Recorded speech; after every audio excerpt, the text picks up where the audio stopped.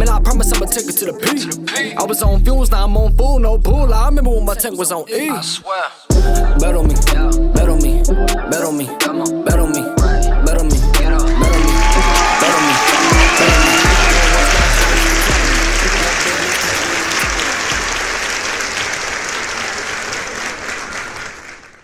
Welcome everybody to another edition of Turnbuckles and Turntables. It's Vassetti B. I got Shamar with me. JJ will be here in a minute. Hopefully we'll have more coming later. If not, cool. We got enough.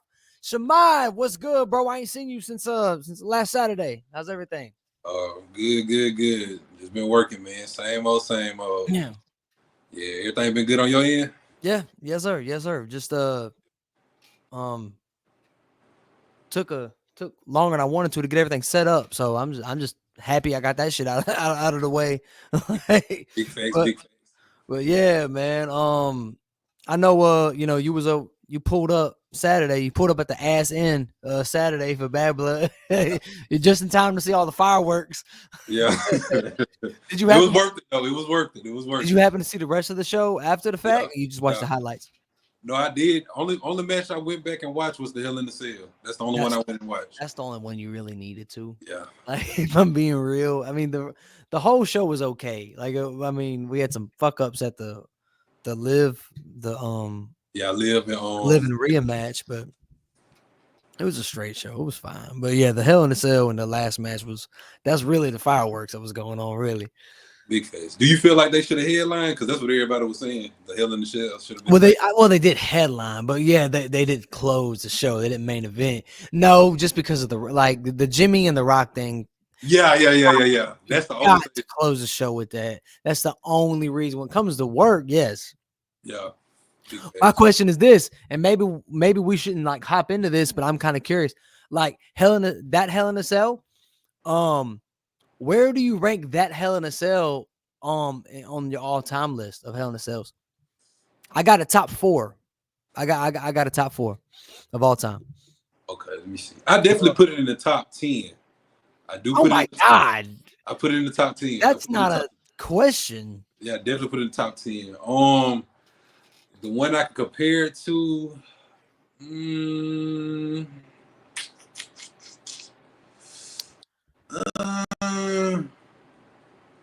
I'd have to rewatch it again, but I would like to think I could kind of compare it to the Batista and Triple H one from 2005. But I would really have to rewatch it again to confidently compare it to that. Yeah, because we had a lot of Hell in the Cells from, of course, you got Shawn and Taker. Taker. Mankind and Taker. You got Edge and Taker. Triple H and Taker. That leads to me. Like, bro, honestly, I was thinking about this. I comfortably put it in my top 4 of all time, and I really thought about it. Because at first it was like, is it better than the Cody and Seth one? Is it better than the Cody and Seth? Yeah, definitely. It is better. You kind of put the Cody one high because it's the injury. It's his flu game. You know what I mean? Like, so it's high up there. That's kind of like the only reason. So I'll say personally, my personal favorite, and it's almost cliche to say at the time, but I have to put Taker and Foley there. Yeah. And it's just because, like, I don't have to. What can I say about that match that hasn't already been said?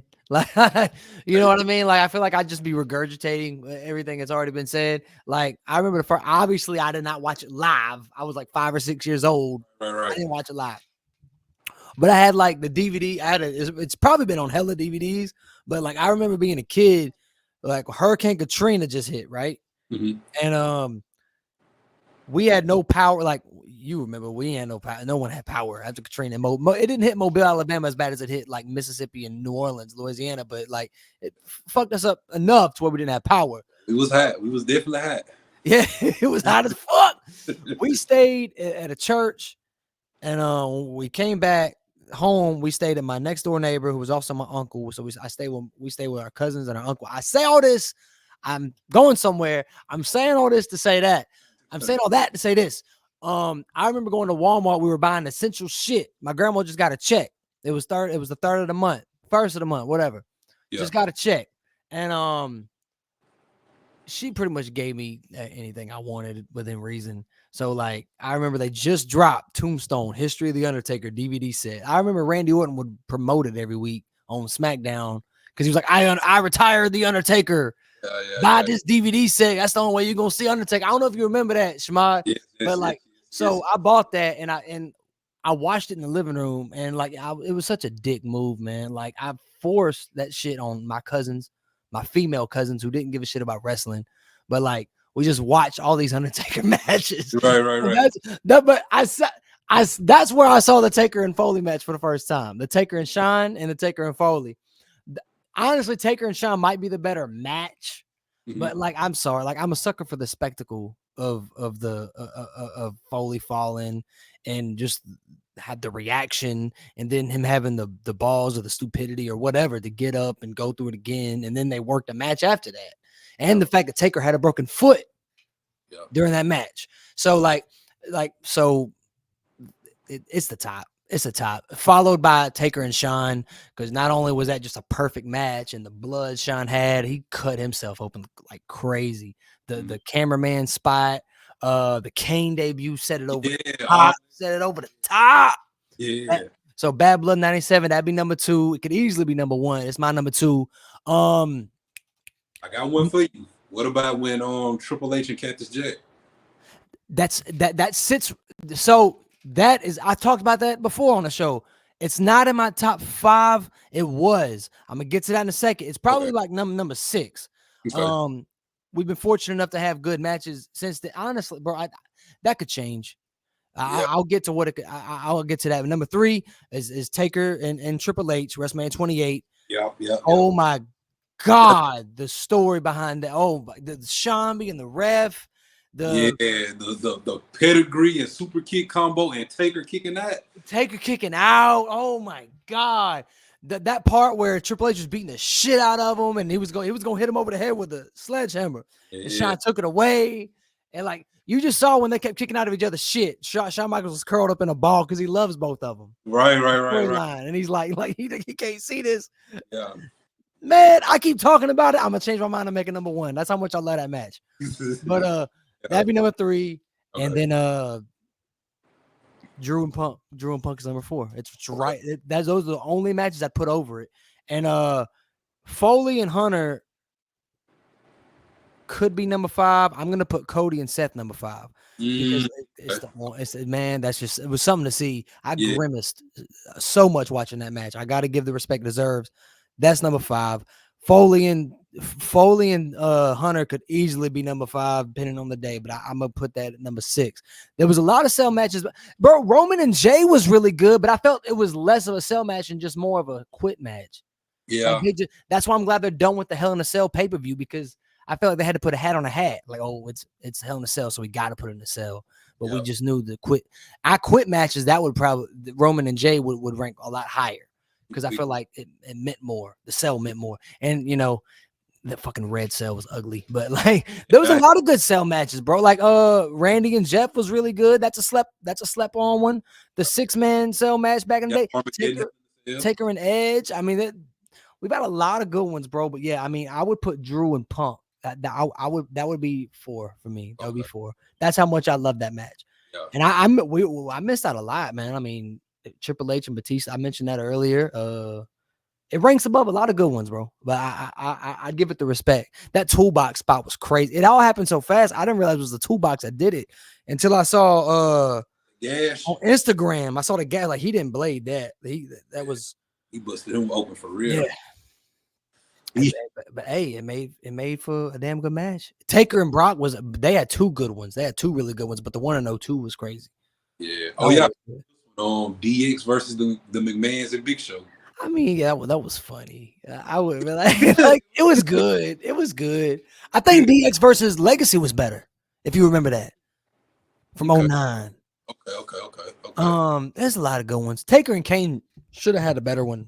Yeah, because it was made for that. It was good, but it wasn't what it should have been. It didn't live up to the hype. Right. It was doomed. They had a Buried Alive match the month after, and it didn't live up to the hype. I hate that because Kane's promos during that time was crazy. Yeah. You know what I mean? But yeah, I mean, unfortunately, those series of matches didn't hit like the other ones. Yeah, big facts, big facts. But yeah, man. You said you put it in your top 10? Yeah, definitely. Yeah. Definitely. Do you have all time before we move on? Do you have an all-time sell match? Sell list? Nah. It's like I don't even want to count because it's so many, and There's a lot. yeah, and you just have to really just go back and just see, you Yeah, know. there's a lot.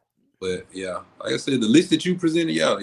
I can't argue with that. I can't argue with Yeah. that. Now, like I said, I would switch the Self and Cody. Like I'll put Punk and Drew over Self and Cody. Me too.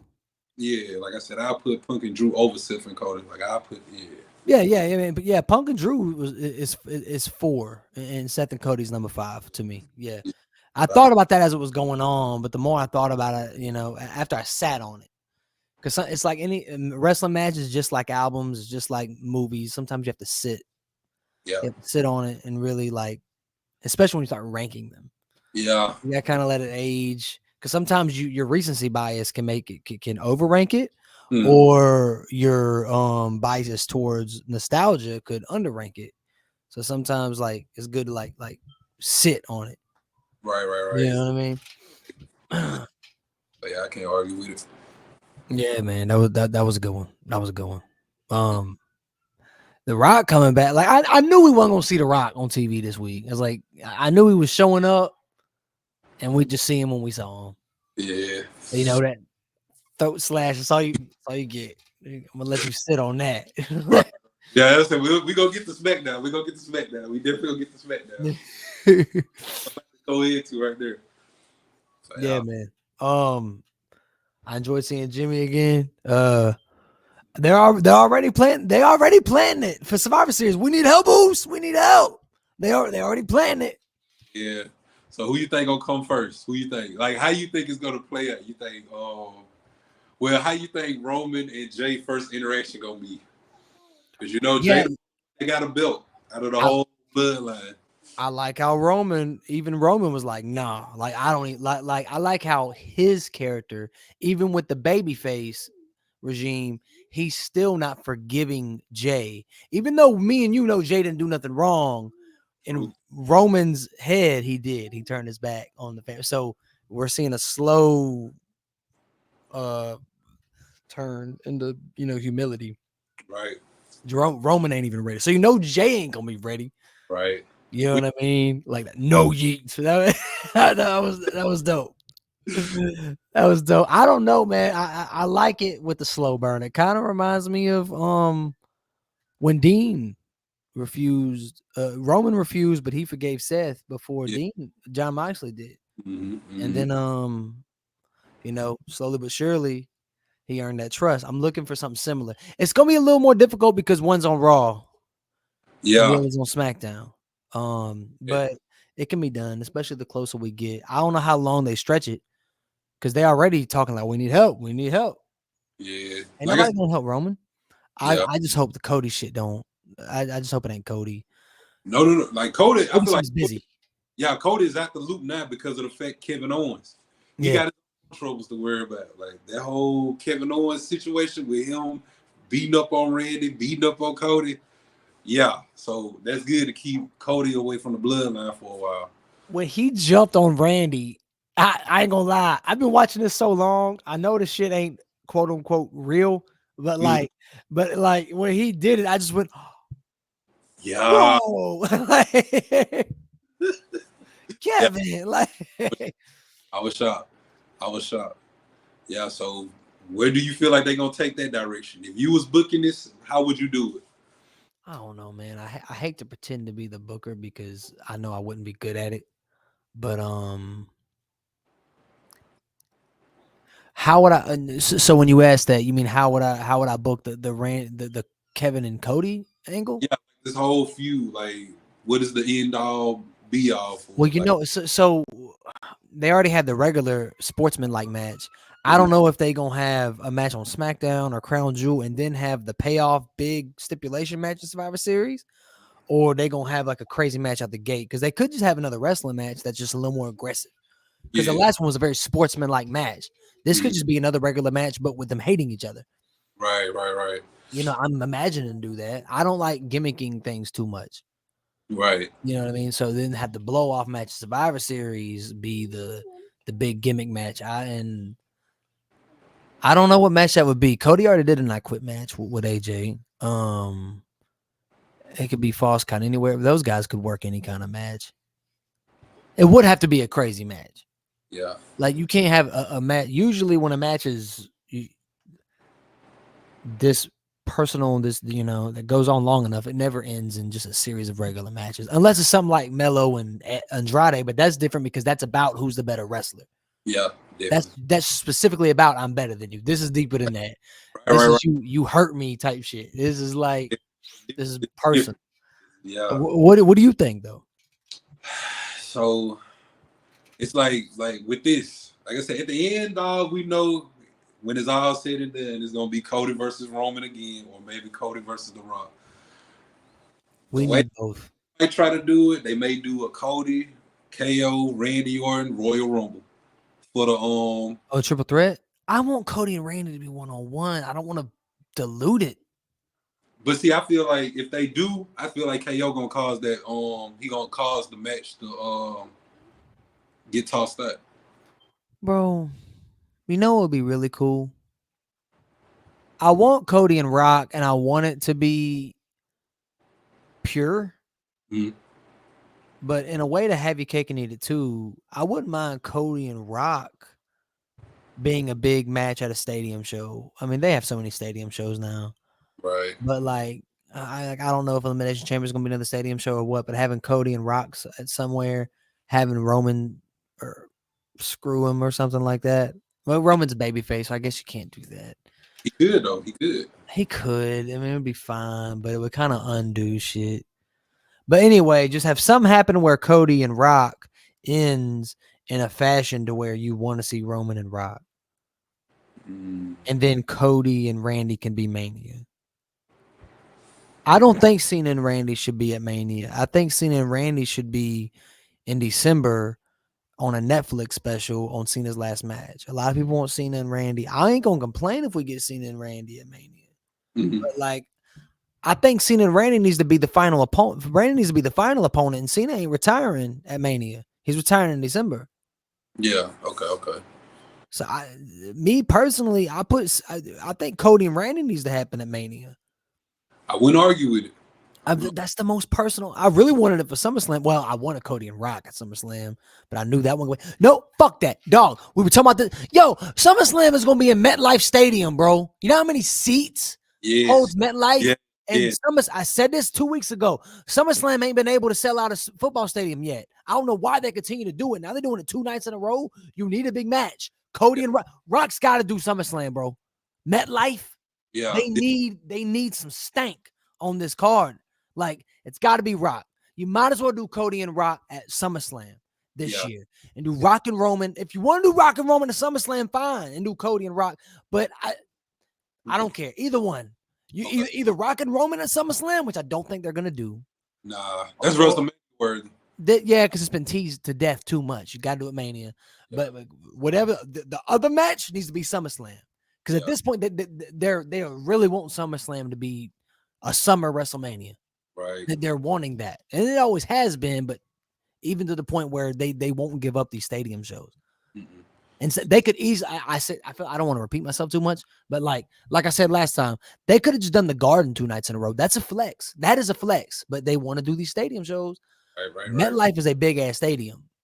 They want to do it 2 nights. So you need something big.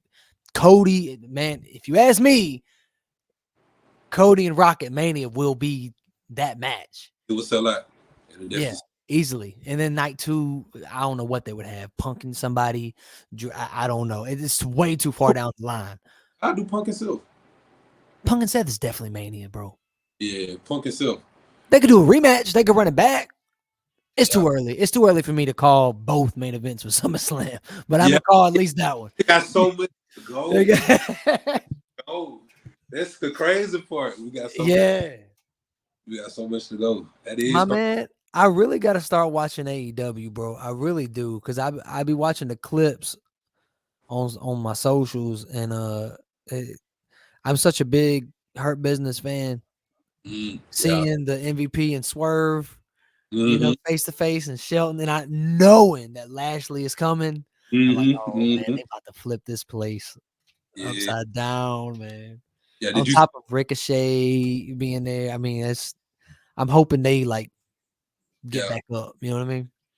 You know what I'm saying? They starting to revive it now. And then did you see how that was Brian Danielson's last match? But did you see As how a they? full time wrestler or as a wrestler? I think as a wrestler.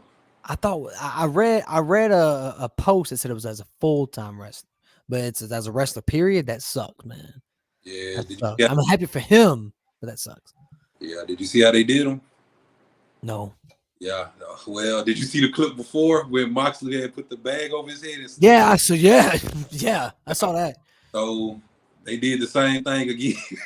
That's how they. That's how he was sent out. Yeah, they did the same thing to him Oh, again. bro, we'll see him again.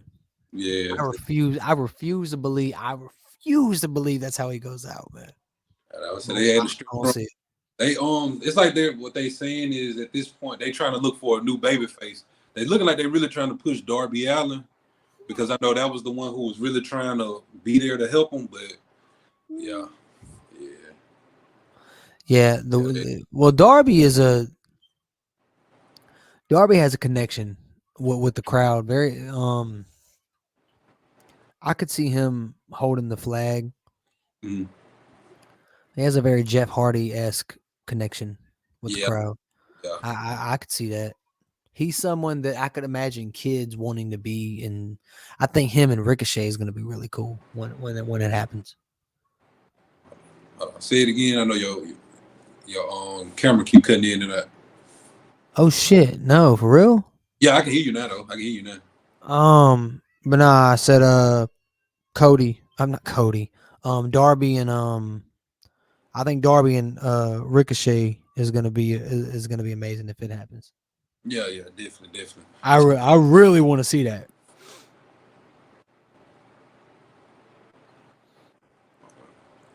All right, say it again. Yeah, your camera Oh, had. this sucks, man. Damn.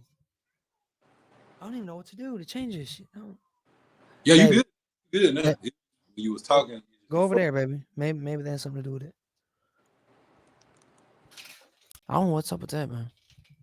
But nah, I was saying Darby and Ricochet. okay.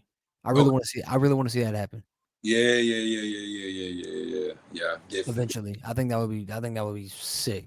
The contrast in styles, but kind of similar as well. Mhm. I'd like that. We never Okay. got a true Jeff Hardy versus Rey Mysterio match, did we? Has that match ever happened? I don't think so. I feel like that would be as close as we got. Dog, I'm gonna look that up. Hold on. Shit. Like I ain't got a computer right next to me. Hold on. Okay. Let me see. I'll look it up. Jeff Hardy versus Rey Mysterio. How did we let that happen? That match not happen. They fumbled. Huh? Yeah, they fumbled that one. Hold on. They did. No shit. That's Jeff Hardy versus Kane versus Chris Jericho versus Rey Mysterio. Yeah, I'm Damn. like, That's 2K. How have we never let that happen? yeah, that would have been a perfect intercontinental title match. I mean, I know they're both baby faces, but we've seen babyface matches before. Exactly. That's crazy. Yeah. I mean, it's never too late. I'm telling you, bro, if we ever get Jeff Hardy back in WWE, They say they want to come back. The Hardys want to come back. they got they got to let them run that. They Yeah. got to run that. Yeah, Yeah. dog. I don't see anything where that's happening.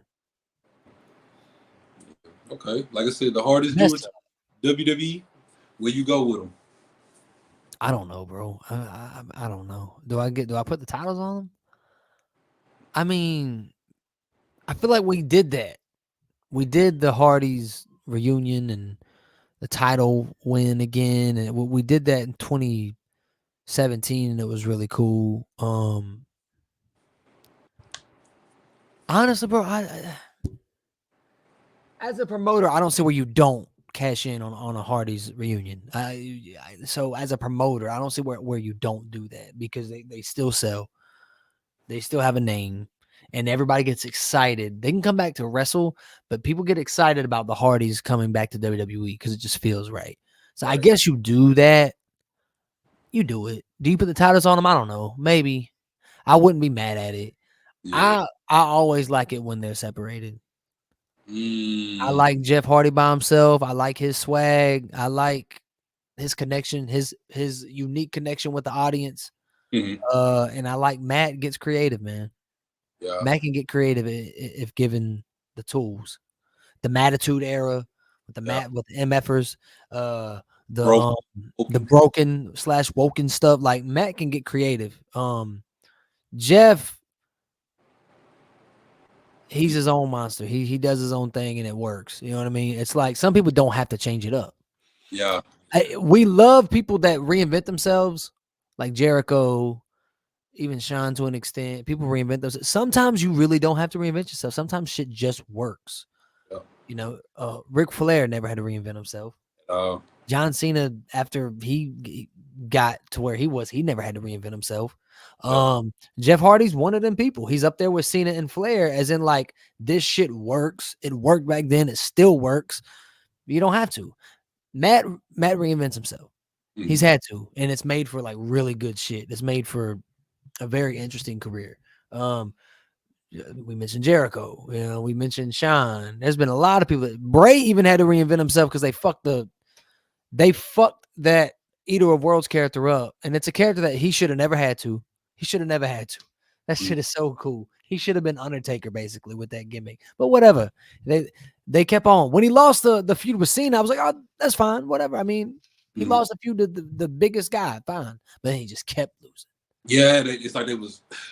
It's like he would talk a gang of shit and we knew it didn't matter. It's like, what the fuck is he Yeah. talking about? It doesn't matter. He's just gonna lose. Yeah. And it was at a point where he was damaged goods, but he was creative enough to sit back and change it up.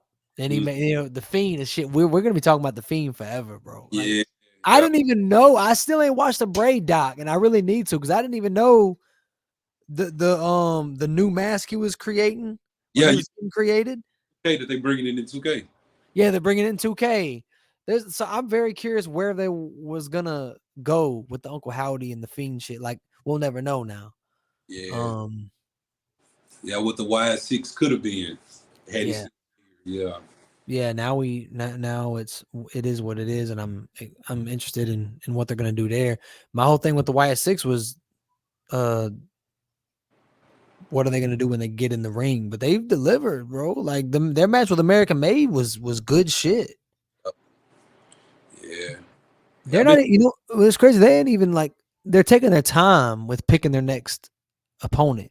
They're taking their time. They're just doing the QR codes. They're doing the jump scare type shit every now and then, but they're not just pouncing on the next guy, kind of making you think. Yeah, yeah, yeah. It's like they build in anticipation. But it's like even with that, it's been a lot of people on the internet already complaining, basically saying it's stale. But it's like y'all need to give it a chance. Like I feel like this. It's better for them to stay off TV because of the fact of the characters that they are. You know what I'm saying? Keep them Yeah. off the way you want. Like when they do pop out, you appreciate it more. Because if we seen it every week, it's gonna burn out. I think these people are so used to this fast food ass type of booking. They're so used to that. Even though they complained about it, they're so used to it. Yeah, So where now that we don't have that, they get impatient, yeah. and that, I mean, that's gonna happen in TV regardless. Mm, Like there's a lot of good shows that I've watched that you could tell they've spent the whole season on world building sometimes, and people will complain about it being stale. And then when the big shit happens that they built to, it's crazy. yeah, yeah. Um, that's just what they're doing right now. Man, it's a show that goes on 52 fucking weeks a year, bro. Like Give it they time. have to squeeze the shit, man. Especially a gimmick like that. That's a Exactly. gimmick you can easily hot shot. Yep. That's kind of where they fucked up with the Fiend. They hot shotted it to a point with the Randy and Alexa shit where they were dumb for releasing him. but like they had to do something, Right. and he had to take a step back. He had to think of some more shit when they hired him back. Yep. It's an easy gimmick to hot shot. Exactly. If you get too excited and just run through everybody or you Yep. with everybody. Yeah, that's why I say I definitely agree. And then on top of that too, it's bigger than just that. You playing with Bray Wyatt's legacy at this point. So Yes, he's a heel forever be attached to this. yeah, that's what I'm saying. So You have to be very careful with that. you got to be careful. Yeah. So I'm not rushing nothing. Take your time with it because once it's all said and done, this is a reflection of him. He can't change nothing. What he did is what he did. And yeah, we picking up the pieces from now. So Yeah. So yeah, I agree. Yeah. Yeah, bro. It's exciting. It's exciting times, bro. I don't know what they do with the crown jewel shit. I will say this about crown jewel. I'm very happy because I saw the announcement and I saw the title, the crown jewel title. I was hoping, I was like, this is basically a trophy, right? And then I was basically confirmed, like, yes, it's basically just a trophy, like with leather straps. like it's just something you win and that's it. You know what I mean? You don't defend it, and I'm okay with that. I'm okay with brand versus brand every year for however long they do it. I don't know, but I'm cool with that. That's exciting because that's one thing I did not mind. A lot of people did not like the SmackDown versus Raw Survivor Series deal, and I get it. It was kind of low stakes, but like one thing I did like about it, I did look forward to the SmackDown World Champ versus Raw World Champ matches and the SmackDown Women's Champ, Raw Women's Champ. I always kind of look forward to those clashes. So I'm okay with that continuing under under a different name, under a different banner. Like I'm all right with that. Like, and Cody and Gunther, man, that's gonna be Yeah. top notch. Who do you pick? Oh, and then before we get there, Oh, I don't know where. do you feel like they should have put LA Knight and Jay in there too? Just to shed light on the United States and I Intercontinental? would like that, but at the end of the day, I could see where they don't want this to become bragging rights. You know what I mean? Like okay, this is basically the SmackDown versus Raw PLE now. Yeah. Like I could see them not wanting to pigeonhole Crown Jewel into that, especially when the Saudis pay that kind of money for it. Yeah, I mean, I would have, but at the same time, bro, I would like to just see them if they could just defend their titles on the card. That'd be nice. Yeah. Because the cool thing about this era is not everybody gets on the PLE. Some people dislike that, but the U.S. title and Intercontinental title, they've got plenty of TV time, which is good. But I mean, just them being on Crown Jewel would be cool. I would like to see LA Knight and Jay just to build to that. Yeah. Because they're both over in different ways. LA Knight has that superstar aura type deal, and Jey Uso does too, but it's more of a connection with the crowd. Like when he's slapping hands with the crowd, he's in the crowd. LA Knight seems above that. Yeah. I don't know if I'm saying that right, but like I don't know. He just has that. You could just tell he grew up loving The Rock and Stone Cold. Yeah. Because like you would never see Stone Cold and The Rock do what Jey Uso does. Right. I'm glad Jey Uso does what he does. It makes him different. I would say Jey Uso is more like a John Cena-esque. Well, I mean, he's not John Cena, but I mean, as far as like how he decides to connect with the people, Cena will slap hands and make eye contact with people as he's going out and talk to them, and mid promo say something to Stone Cold and The Rock had a different way of going at it. I'm not saying one's better than the other, but like Stone Cold, I don't know, they didn't interact. It's just with the crowd one-on-one. They just came out. Austin Rock had his glasses on and just with his nose in the air, and everybody loved it. Yeah. Austin was pissed off. He wasn't trying to like talk to the crowd, and people loved him for it. LA Knight, similar. Like I'm not saying he's like them. I'm just saying he comes from that class. Yeah. He comes from that school of thought. Mm-hmm. You know, that just that superstar aura. They love me for who I am. I like he said when they basically turned him babyface because how popular he was. I didn't ask y'all to like me. Yeah. You know what I'm saying? And I feel like where Jey Uso, is more on the Bret Hart, John Cena tip, where he's just like slapping hands and, putting your arm around you. It's different. So that dichotomy and how different those connections with the crowd is would make an interesting babyface versus babyface Yeah, builder. yeah, but so who you going for, Cody or Gunther? Who you think's gonna get it? I don't know, bro. What do you do with that? That's what I'm saying. Gunther can't lose straight up, but like you want Cody to lose straight up? Yeah, that's what I'm saying. They He's both. already like competing with Roman on like who's the most over. You have him job to Gunther. I don't know. It's a great problem to have. And you also don't want the cheap way out where it's a screwy finish. But what else do you do? Like, I don't know. It's not my problem. I'm not the booker. This is their problem. I'm just gonna enjoy the good match. But like, if I'm in their shoes, I can't call it. I don't know what you do. If it's me, I'm going with Cody. It's the safer route. Cody is the face of the company. Yeah, but you give it a great match. It's like, yeah, like it's one of the ones to where Cody hit the crossroads and he crawled on Gunther and he just throw his arm on him for the 1, 2, 3. One of those. Give me that type of finish, to where it's like they laid it all out till it wasn't nothing left. But I give Cody. I give it to Cody.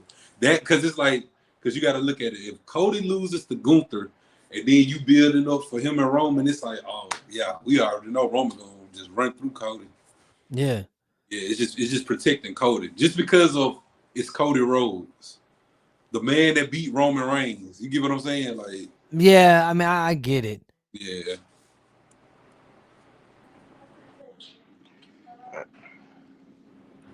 Yo, Okay, I'm glad you're back. Okay. yo, what's going on? What's going on? You came in a Jamal, good what's up, my time. boy? What's up, my guy? What's happening? Y'all going on? talk. Y'all talk. Okay. I'll be back.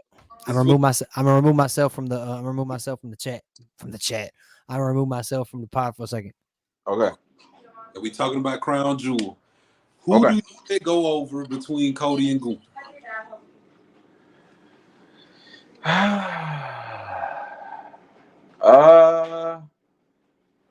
Ooh. I Damn. already said mine. Who'd you say? Me personally, Cody. I'm letting Cody go over only because he's the face of the company. And then you got Cody Rhodes, the man that defeated Roman Reigns, who held for almost 4 years. Yeah. If you lose to Gunther, and you know they building up again for this Cody and Roman rematch, you already know Roman gonna run through Cody.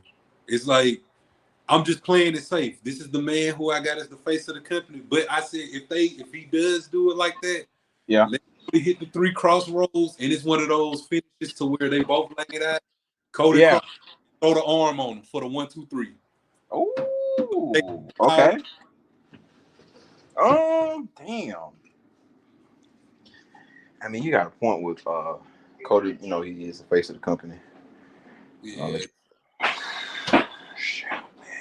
Because you got to think, but then at the same time too, it's like Gunther and Cody like this. They right there, yeah, and they don't lose. I mean, I'm gonna have to probably say Cody. Cody might be the best option, but it's gonna be close. Like it's gonna be close. Yes. It's gonna be a lot of near falls. Yes. It's gonna be, and who knows? It might be some shenanigans involved too. Who knows? I mean, we still got Ludwig Kaiser looking around, so I don't know what that either. So, but Cody might be the best choice. Yeah. For real. Honestly. Y'all talked about what else y'all done talked about? We done talked about in the cell match. Huh? Man. Woo. Like I said, you got a top your top 5 greatest Hell in the Cell matches of all time. Top 5. Dang. Let's see. Right here. Don't know something off the top of my head. Let's see. Ones that were mentioned, of course, the original. Baker and Foley. Yes. Baker and Shawn. Yep, We Taker Sean. Triple H and Taker with Sean as the Yes. Cody himself. Uh-huh. We talked Cody about Triple H and Foley. Oh yeah, Cody and Self. That's a good one. Mm-hmm. Cody and Self's a really good one. Jack, but you're a big Foley. Yeah, Mick Foley and Taker. That one was Yeah. Then you had Edge and Taker.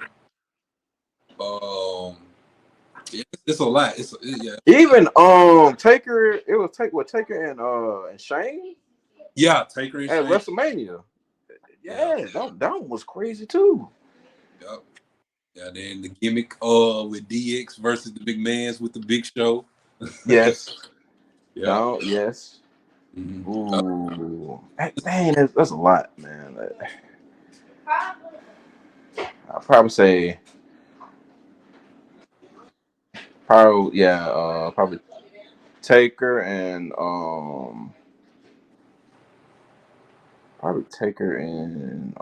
Foley.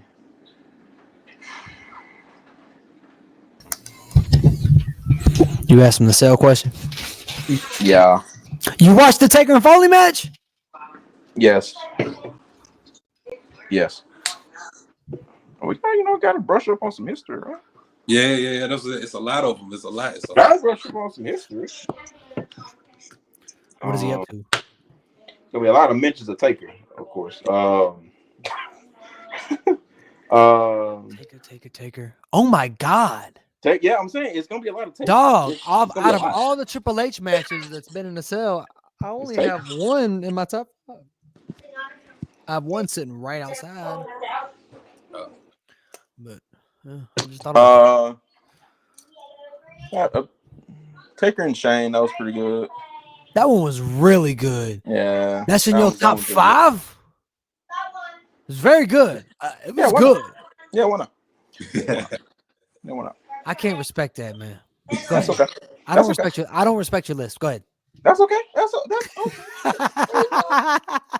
All right. That's all right. It's a good match. It was a good match. It was Yeah. Wasn't that good? Go ahead. Cody and Seth. You put Taker and Shane over Cody and Seth? Wait, what? No, wait. No. Oh, you're going 5, 4, 3, 2, 1. I thought you were going 1, 2, 3, 4, 5. Or you're doing no order. No, what? I'm not really doing no order, really. Honestly. Just bullshit.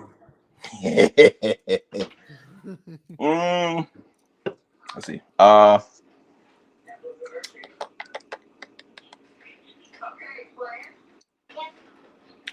Triple H and Taker, right? Yeah, that's my top 3. Yeah. That was number 3. Triple H and Taker, and then around to be number 1 on the right day. And then the Fiend and Seth Rollins. I'm just kidding. I'm just playing. Oh, my people were so mad. They were so mad about that. Oh my God. So mad. Jesus Christ. I wish we had the pod at that time. Mm-hmm. Oh. You know what? I'll do an underrated one. You ain't finished your top ones. No, I named 4. Pulled up a list. I named 4. What about Bobby Lashley and Umaga? Why not?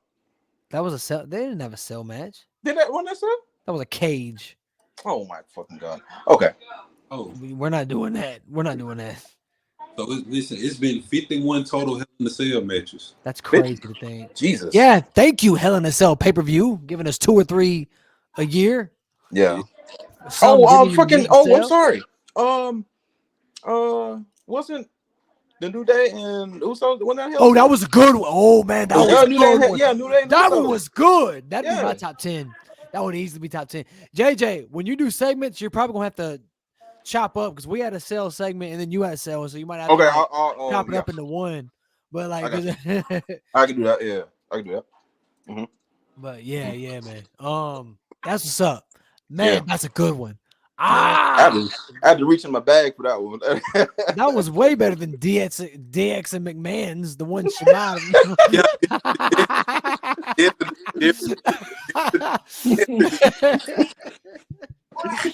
Even when he said that, I didn't even go, oh, new. What about New Day New? So I went, nah, DX and Legacy was good, which it was.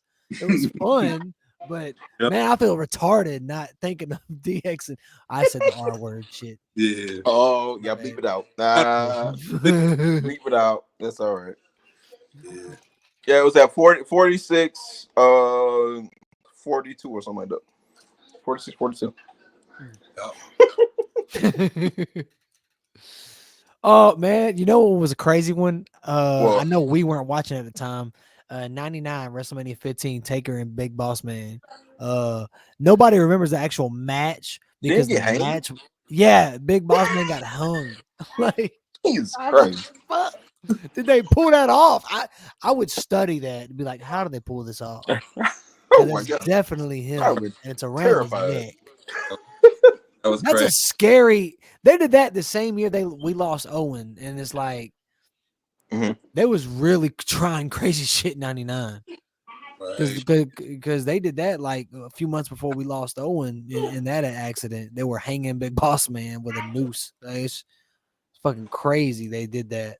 I still don't know how they pulled that off. Obviously they did, and it was live, so he didn't get swapped out with a dummy. Yeah. So I like I've Googled it, and like the explanations didn't even make sense to me. But like, but yeah, I don't know. Like, what do you do? Just have it wrapped around here? And even then, like, what do you trust that? Like live? Exactly. I don't know how they pulled that shit off. Yeah. I don't know why they thought that was a good idea. That had to be Vince Russo, right? Yeah, probably. That sounds like some Russo shit. Yeah, that's a I don't Russo. know, but like, Yeah, that might be a Russo thing. because now it was '99, so Russo was in the company. Yeah. Yeah. Yeah. Yeah. Yeah, what's some other cell matches shit that we forgot? I mentioned earlier. I mentioned Randy and Jeff. That was probably the best of the Red Ooh. Cell era. Right next to What? Cody. What about Roman and Jay was good, but it was Sasha and that Charlotte? one was good. That one was really good. Charlotte. The rivalry even called for that. Yeah. That's easily the best women's cell match, even though Sasha and Charlotte was really good too. But yeah, Yep. I give it to Sasha and Bailey. Sasha and Becky had a Oh good my one God. too. Yeah. I know this one I don't really remember. Mark Henry and Randy Orton. I don't really remember. Bro, cause it didn't make no sense to have it. They had a regular match in 2010 for the title. Mark beating Randy the next month. They run it back in the cell. That's a great example of we gotta make it a cell match because the next pay-per-view was Hell in a Cell. That's that match is a great example of that. Yeah, they did that a lot back then. Jesus. That's why that was a dumb idea to name a pay-per-view that, and they kept Yeah, doing it. I heard they did that. I heard they did that a lot in '09 because pay-per-view sales were going down. So they thought if every pay-per-view had a gimmick, it would make it more interesting. That's why you had Extreme Rules, you had Hell in a Cell, you had what else did you have? You had TLC. Like every month, every pay-per-view had a gimmick. What was some Night of Champions, which I like Night of Champions, especially now. I think now that pay-per-views are a little shorter and not everybody makes the card, I wouldn't mind if Night of Champions came back or Clash of Champions, if you wanted to call it that. Where it'd be the one night where every title's on the line. Because that's now a novel concept again. For a while it didn't make sense because every pay-per-view was Night of Champions. But like Yeah. that'd be kind of a cool deal. I wouldn't mind Night of Champions or Clash of Champions. I actually like. Do y'all like the term Clash of Champions or Night of Champions better? I like Clash specifically because it leans into the WCW's history. Yeah. Well, yeah. Even though I grew up with the Night of Champions name, which one do y'all think sounds better? I think I said Night. It's cool. I like the Clash of Champions. Clash. Yeah, I like Clash. I like the WCW callback. Yeah. But I also wouldn't. I could see them just making NXT have a Night of Champions, a Clash of Champions. They have all the cool PLE names. Yeah. No Mercy, Bash at the Beach. They ain't got Bash at the Beach. They got a Heat Wave. Halloween Havoc. Yeah, they got Halloween Havoc. That's what I was thinking about. I was thinking about that. Do they have the Great American Bash? Yep. They have. Yeah. Who? NXT. Oh yeah, they got Great American Bash, Halloween Havoc. Yep. Jamal, how long have you been watching NXT? I'm gonna be honest. Like I said, I really don't watch NXT like that. I watch the highlights, but I don't really just be tuned in. I don't blame you. There's a lot of wrestling available. Yeah, I really just focus on Raw and SmackDown. In AEW? Yeah, brothers missing out, man. Can't watch it. Huh? When I can. Yes, I mean, and I've talked about it on this show. I want to get back in NXT because I feel like I'm missing out on a good era. The women's roster is deep, man. Raw not being 3 hours anymore for the time being, it makes it a little more doable. But then, like, I don't know, like, because I got so many shows I'm trying to catch up on now that I'm finally getting back on. I'm finally watching BMF again. Okay. I watched the first 2 episodes of the 3rd season and then lost Stars. I still don't have Stars, but I got a plug I'm not gonna mention on here. I'm just gonna say I got a way to watch it. Right. I jailbroke my Fire Stick. That's not really giving away the plug, is it? No. I don't know. Like, they're not gonna crack down on it. I didn't give the app away, but I don't know. You good? I'm admitting to a felony. At least that's what all the DVDs used to say back in the day. When you put it in, they'd say piracy is a felony, 25 years. Oh God, yeah. Remember that shit? Yeah. Oh yeah, I'll take that out. I'll take that out. Let's still do that. Yeah, I'm gonna take that out. This is 53 minutes in the recording. I'll remember that. So yeah. I'll bleep that out. I don't need the feds knocking on my door over fucking over a damn TV show. But yeah, they won't. But I don't want to give them the opportunity. You never know, man. Yeah. So the third episode of BMF, and I lost Stars, and so I got 7 of those to watch. I've already watched 2 of them. And then I'm gonna watch after that. I'll catch back up on Power. I know they just wrapped up book 2. Then I got Bel Air. I'm gonna end up watching. I got Tulsa King that I gotta get back to watching. I got Penguin. I'm gonna watch that Penguin shit. Watch it tonight. I'm watching Penguin. I'm watching. I love the Batman too much. I love that movie. So everyone's talking good about Penguin. I'm watching it. I have a lot of shows. I got a lot of shows to watch. That's why I can't watch all this wrestling shit. That's not the only thing I live to watch. On top of the sports shit, the basketball is about to start back. I'm about to watch all these Laker games. I am so fucking sick and tired of being a Cowboy fan, by the way. Jesus. Woo! Oh my God. Hey. Why do I do this to myself? Hey. Why do I do this to myself every year? Dude. Yeah, that happened. Cowboys and Lions happened. What was this? 47-9? It was 47. I cut it off after like 36, 37-9. It was like 47-9. Like, I'm playing Gears of War. I'm getting off of this. Cowboy. So yeah, I don't want to get into that. I got a lot of shit that I watch. So that's why I watched all this. So that's why I don't watch NXT like that. I would like to, because I know I'm missing out. And then I see AEW, and I know they're about to get great again. Like, I'm seeing the shit with them and the Hurt Syndicate is champion again. Yeah, bro. I would like champion. I'd like to keep up with all that shit, man. It's just tough. It's tough. And I mentioned this a few times. I've been a broken record on that. But that's why I don't watch NXT either. I would. I still watch it, man. Right. I don't know if I had to pick one to watch throughout the week. I don't know which one is the right one to pick, NXT or AEW. I don't know. Don't let the internet tell you. Shit. Well, right now the internet would overwhelmingly say NXT, just like in 2019 they overwhelmingly said AEW. Yeah. Yeah. Like I said, I say AEW just because of the star power coming in right now. Right. Well, AEW's Dynamite is the A show of basically the Pepsi of wrestling. Tony Khan called it the Pepsi of wrestling. I actually like that. Yeah. You know what I mean? That's legit. That's legit.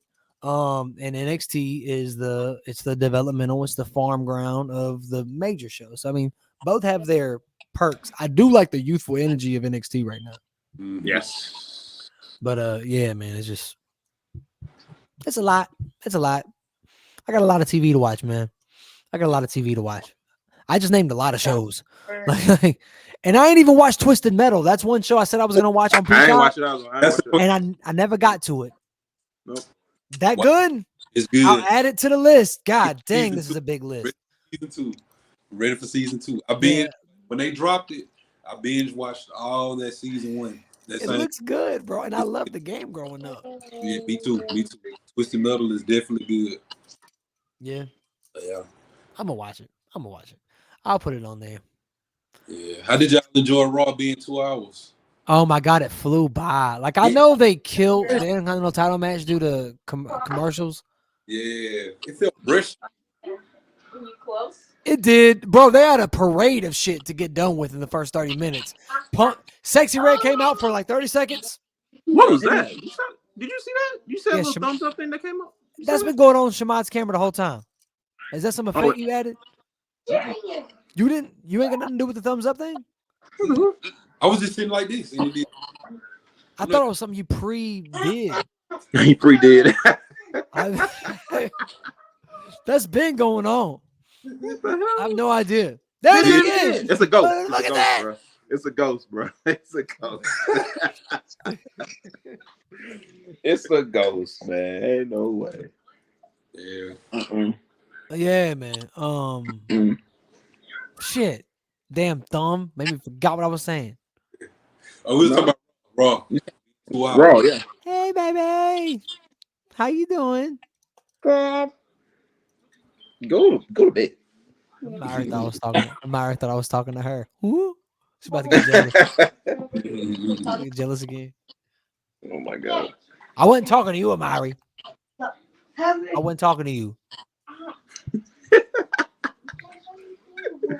No, you talking about Raw being 2 hours. Yeah. So do y'all remember like what Sexy Red showed up 30 seconds? I don't even know why they had her there. It was cool, but it didn't make sense as far as like they only had her say something and it was gone. And you know, of course, you know, the crowd didn't seem to like her too much. I mean, I know it was her hometown, but like, bro, Sexy Red is already a controversial artist. Then you get like wrestling fans who not all of them even like rap, and you get someone as polarizing as Sexy Red. Like, it was bound to happen. You see that one dude in the front row just doing this? Yeah. No, I didn't see it. Like, good, dude. I mean, I can't say shit. I mean, he paid a pretty good amount of money to get that ticket. He can do whatever he wants. He can make whatever he can. But I was like, bro, come on, man. Shout out Sexy Red. Yeah, man. I love seeing her on WWE TV. I love shit like that. Right. I love shit like that. But yeah, she came out. They showed a package. Punk came out, did the "I'm leaving" speech. Seth came out, and then Jay came out. Match. It was like, whoa, it was a lot of shit. A lot of shit to process. How them commercials kept cutting out between Jay and Xavier. I don't know why they acted like they didn't know how to do a 2-hour show when they do it every Friday night. Exactly. They do it every Friday night. Why did it seem like a new thing? Is Raw and SmackDown really that split? Where they have a completely different list of producers? Apparently. Like, I don't like maybe they do. They do this shit every week. They do this shit every week on Friday. They do it every Friday. They do it every Tuesday. Like, what the fuck? Like, why did they? It felt like they didn't know. Like, and honestly, it was okay. I didn't mind it too much. I was also an hour in delay, so I'd have to sit through commercials. But like, I don't understand. Thank you to my plug. Thank you. You also didn't get to watch it live, so whatever. Thank you to my plug, man. Thank you. I wish they would have kept it 3 hours. I know after it was over, it just what? 3. Yeah. Come on, man. You know how good it felt it being done after 2, even with the commercials. It felt like, wow, that flew by because I was so used to 3 hours. Yeah. That felt good. That part felt good. Mm. Oh, yeah, by the way, did y'all see, speaking of Sexy Red, did y'all see the video of her and Randy just chopping it up backstage? It was so cool. No, I did not see that. What? Yeah, Sexy was interviewed, or Randy was interviewed, and one of them interrupted the other. I can't remember, but they just started because they both from St. Louis. It was Yeah. so cool. It was so genuine. They were just chopping it up, talking about St. Louis. Talking, hey, what school did you go to? Oh shit, you went to I went to Oh Yeah. yeah, you know, yeah. We were rivals. Yeah, we were in the same division. Yeah. And it was just a cool little. I don't know, like shit. I love seeing shit like that, Wow. man. That's dope. That's dope. That's dope. And they were just talking. They were just chopping it up about St. Louis. Oh, where you from in St. Louis? What part of St. I'm from this side. Oh, I'm from North Side. Oh, you from North Side? Like it was dope. It was. I love seeing shit. I'm a sucker for shit like that, man. Nah, that's dope. Randy and the elder statesman age, man. Like this part of his career, and he's just Who like would have thought? cool, Randy. Who would have thought? Yeah, I Who would've thought? know. It's crazy, bro. I love seeing this. We all love heel Randy. And we all know that's him at his best, but this is my favorite babyface run of Randy because this is the first babyface run I remember where he seems to really, really be having. He's a good really time. enjoying himself. Every Even other when he was with, babyface run, he just even when kind he of was been with, there. even when he was with like Riddle, like he Yep. was That was having a good another one. time. He was having a good time with that too. Yes. Yeah, he was having a good time. Yes. So like, It seems like he's really enjoying himself. yeah, and he's almost 300 pounds. That's what he says. 290 is what he said. What he claims. He's like, I've been eating. I've been eating, big boy. He said, I've been eating. Shimon told me y'all was talking about Crown Jewel. All right, hold on. Y'all can hear me? Yeah. Oh, yeah. Y'all can hear me? Yeah, somebody was calling. Oh, okay. Oh. Yeah, I put my phone on Do Not Disturb, so you good. Yeah. Yeah, man. Y'all talking about Nia and Liv? No, we didn't talk about Nia and Liv. No. I mean, you said I was talking about Crown Jewel. No, we're talking about Nia and Liv, man. Jeez. Yeah. Nah, so Naomi, did y'all enjoy the Naomi and Nia match Friday? I did. That was the best Naomi match since coming back. That might have been the best really Nia good. match in a while. That was good. Nia and Naomi got chemistry, dog. Yep. They do. Well, I mean, you know, they family. You know what I'm saying? Like, you know, WWE they gonna give Naomi a moment again and put the belt on. Put the belt on Naomi. Okay. I would love it. I just don't know. Everybody else in line. Nah, it's not done yet. Nah, ain't done yet. I won't. No, not now. I'm just run. Eventually. You pushing propaganda. Okay, I got you. Yeah. I got you. Propaganda. Not. You push. Okay. Now, if they end up 2025. doing an NXT mid card title, Blake, I told you, bro. I told you. Like, I mean, they're doing it on NXT, so usually it triples up. Michin? No, Naomi. Yes, her too. I would really like Naomi to be a front runner with that, at least for a while. Same thing with Natalya on Raw. Natalya needs to be the first to hold the one on Raw. It's only right. Please let the standard bearers has been there a while. That's really kind of put other people over. Just give them that. Just give them that. Give Natalya that on Raw. Give Naomi one on SmackDown. Then they can do what they do is put the other star over, whether it's Mia Yim, whether it's Lyra, or whoever. But I would really like Natalya to get that. She deserves it. Or I don't like the one deserve. She's earned it. She's earned that easily. And I would like Naomi to have the same thing. I would really like Naomi to have the same thing. The crazy thing. Go ahead. I was about to say I really like the Naomi glow design too, like with the lights and shit like that. That was really sick. I'd like to see that again. Did you see where Carmelo said he was gonna bring the spinner title if you want it? I heard about that. Yes, bro. I ain't gonna lie. I went from like go Melo, like immediately. I was like, oh shit, what was that? Whoop that trick. But like, I hope he does. I really hope he does that. I really hope he does that. That'd be dope. That would be dope. He's the right one to do that too. He's the perfect one to do that. Yep. It would look so right on him, man. Bring it back. Bring it back. Yes. So do you give Carmelo a win over Andrade? Yes. You do? No. I don't know. No. Is it ending like a? It needs to be a triple threat match, bro. I think it needs to be a triple threat. LA Knight. Triple threat. You do a double count out or something. They've Triple been a threat, one-on-one a bunch I of agree. times. They both I been agree. one-on-one with LA Knight a couple times now. Yes. Yep. It needs to be a triple threat match. Triple threat. There's gonna be heat too.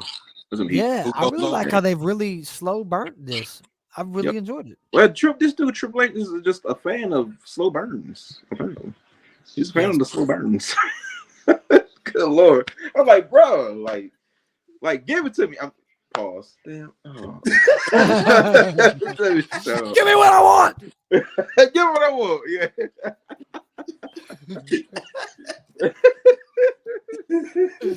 Teach the boy. Give me what I want. That's funny. JJ said, "Papa H, give it to me." Yeah, that's funny. That is yeah. See, I'm gonna isolate that right there and just put it on TikTok right there. You gonna isolate the JJ said part? No. No. Oh man. What did he say back? What did he say back in the day? Oh no. Oh. What did he say?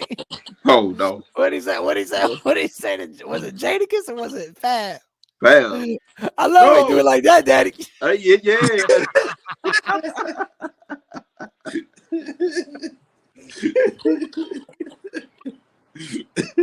Why you be scrumbling or whatever the fuck you said? Yeah. Oh yeah, gave me scrambling and I was like, what is Diddy talking about right now?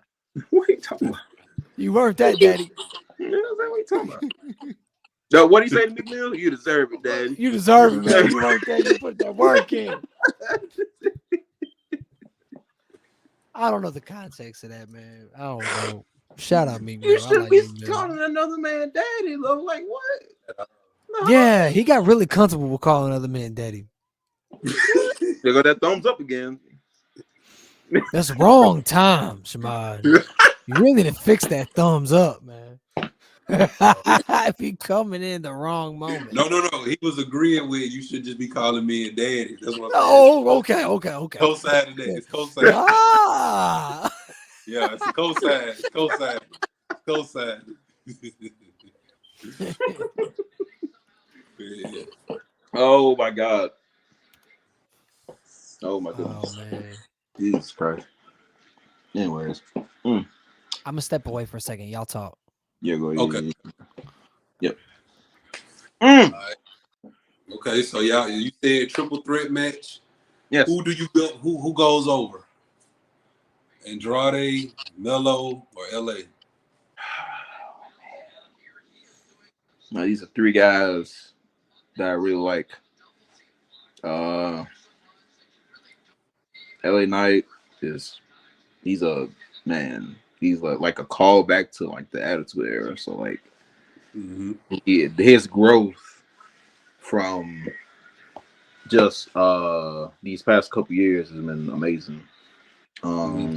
Andrade, I mean, he's probably one of the top 10 wrestlers on the roster right now. I'm just talking about in ring. Yeah, like, he's probably top 10 like right now. He's very good. Former US champ. But man, if I'm being like biased, probably Melo, man. Melo is crazy, bro. Like he literally has it all. He just has it all. He has all the tools to be even a world champion. So if I'm being biased, I'll probably say Melo. But I wouldn't be mad if LA Knight retained. I wouldn't be mad about it. Yeah, same. Like I said, Melo gets it. He can drop it to Andrade if you just want to piggyback it like that. That's how. Yeah. I'll do it like that. But I'm still riding with LA Knight because it's like, right? It's pretty much it's like this LA Knight is on SmackDown. You know for a fact Cody and Roman story, Rock story, that title, the WWE Championship is tied up right now, and that's gonna be on for a while. So it's just to keep LA Knight going. Yeah, I just let him have that belt. for a little while longer. Yeah. No. I get what you're saying. Yeah. You're right. Actually, yeah, you want to keep that going. I feel like a worthy opponent that I could have seen LA Knight drop that title to. Ooh, AJ Styles. Because they got the story. The story is there. Yeah. And LA Knight pulled up to his house. Mm-hmm. Oh. I thought they was gonna do that when LA Knight came out or whatever. Mm-hmm. But AJ getting hurt and everything, which that was a freak accident. Oh man, it looked bad. Yeah, I hate it. Oh, it looked bad. Room for AJ. Oh my goodness! The way I didn't even know he had bent like that. Yeah. He lucky it was just like a sprained ligament. It was like a torn one. So better enjoy AJ while we can, man, because I don't know how much he got left in him, man. He's 47 years old, man. Exactly. That's what I'm saying. Yeah. So that's why. Because, like I said, AJ, he didn't put his time in. It's time for AJ to get that one last push. You know what I'm saying? One last. He deserves. He ain't washed. He ain't washed. Or nothing like that. He ain't washed. He definitely deserved it. Yes, I wholeheartedly agree. Yep, I agree. Absolutely. Yep. Who your top 5 in WWE right now? My top 5 in WWE. Yeah. Now you do men and women or men? Or we taking them out? What you said, Roman in them? Oh, yeah. No. Are we taking them out? Like Roman and Cody and all them, like the big names? No. Or just like the people on the who I feel like No. Add in whoever you want. Okay. My top 5. And I'm just saying, like, who I feel like is the next up. Okay. Bet. Yeah, LA Knight. Okay.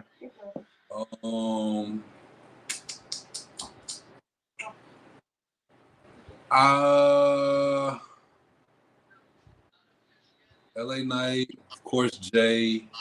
Okay. Mello. Yeah. Breaker. Ooh. Yeah, Braun Breaker and Bronson Reed. Yeah, Bronson Reed. Woo! That's a lot of he got 4 Raw guys and one SmackDown. No, he had 2 SmackDown guys. He had Mello on there. Okay. Dang, that's a pretty good list. I like the Bronson Reed one. I like that one. Yeah. I like that. If I had a top 5. Okay, I'm gonna do what you did, like an up and coming type list. Gotta put Jay. He's undeniable. He's undeniable. Jay.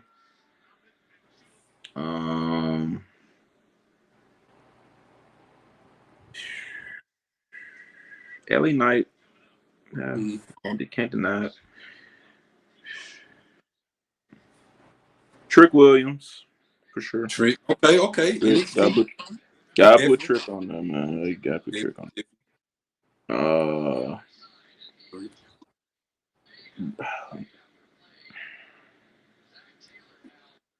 Mello. And probably Breaker. Breaker got it, man. Breaker got it, man. He do. He got it. He got it. He got it. So, if I had to do top 5, that'd be it. Yeah. Okay. You see, Breaker is back hunting Jey Uso for the belt. Okay. So, do you feel like I said, think about it, because you see the bloodline story. Yes. Do you feel like he's gonna beat Jay so they can push Jay back into the bloodline story, or he's gonna lose again and Jay gonna continue this momentum? I could see Braun getting the title back and then pushing Jay towards that story. Because like Jimmy said, we need help. Yeah. We need help. And they do. Yeah. They need Jay. They need Jay. They do. But they're going to need, probably need another guy too. And it's going to be in Canada. And it's going to be in Canada. And you know what I'm talking about. Come on, dog. Come on. Yeah. It's gotta be Sammy. It gotta be Sammy. It gotta be. Honorary. It got it. Honorary Goose. Yes. Come on. That's gonna be epic. Man, that was. My goodness, boy. Then you add the rocking to this whole story. Oh, man. It's gonna be epic. It's gonna be epic. My God. Boy, I lost my mind when I seen the Rock. What? What? All did. We did not see that. Like I said, we was already just Jimmy with the Rock. Jimmy, yeah. I saw it on your story. This thing. Okay, so when I logged in on Facebook that night, because I was watching I was watching Bad Blood. I was watching Bad Blood when I was at work.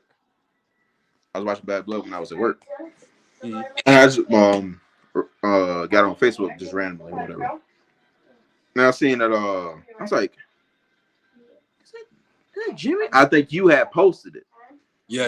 I was like, oh shit, okay, Jimmy, that okay. But I was like, okay, in what capacity is he gonna be there? Like, what's gonna happen? Right. And then I was obviously, you know, everything that happened, he shows up in the hoodie and everything and all that, right? Yep. And then like obviously them hugging. He was like, Roman was like, you called the play. And they embrace each other. That's cool moment. That was good. No, I'm saying good moment, all that. Good moment. And then they obviously see Roman and Cody staring at each other. You know, obviously Roman wants the title, you know. And then I don't know if you saw like the blue lights, they flashed before Rock's music hit. Yep. I was like, oh shit. And then I was like, oh my God, no way. They did it again. They did it again.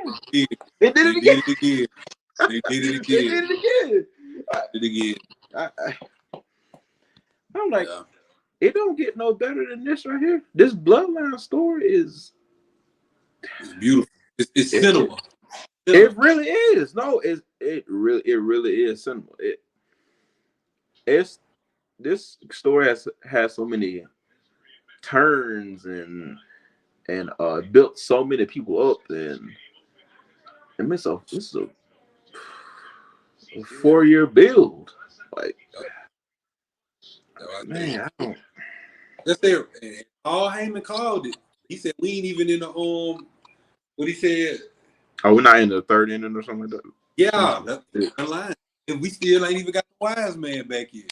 You ain't got the wise man back. There's gonna be more. There's gonna be more of them. I know it. There's gonna be more of them. That's the scary part. It's gonna be more of them. More. Like, this shit ain't never ending.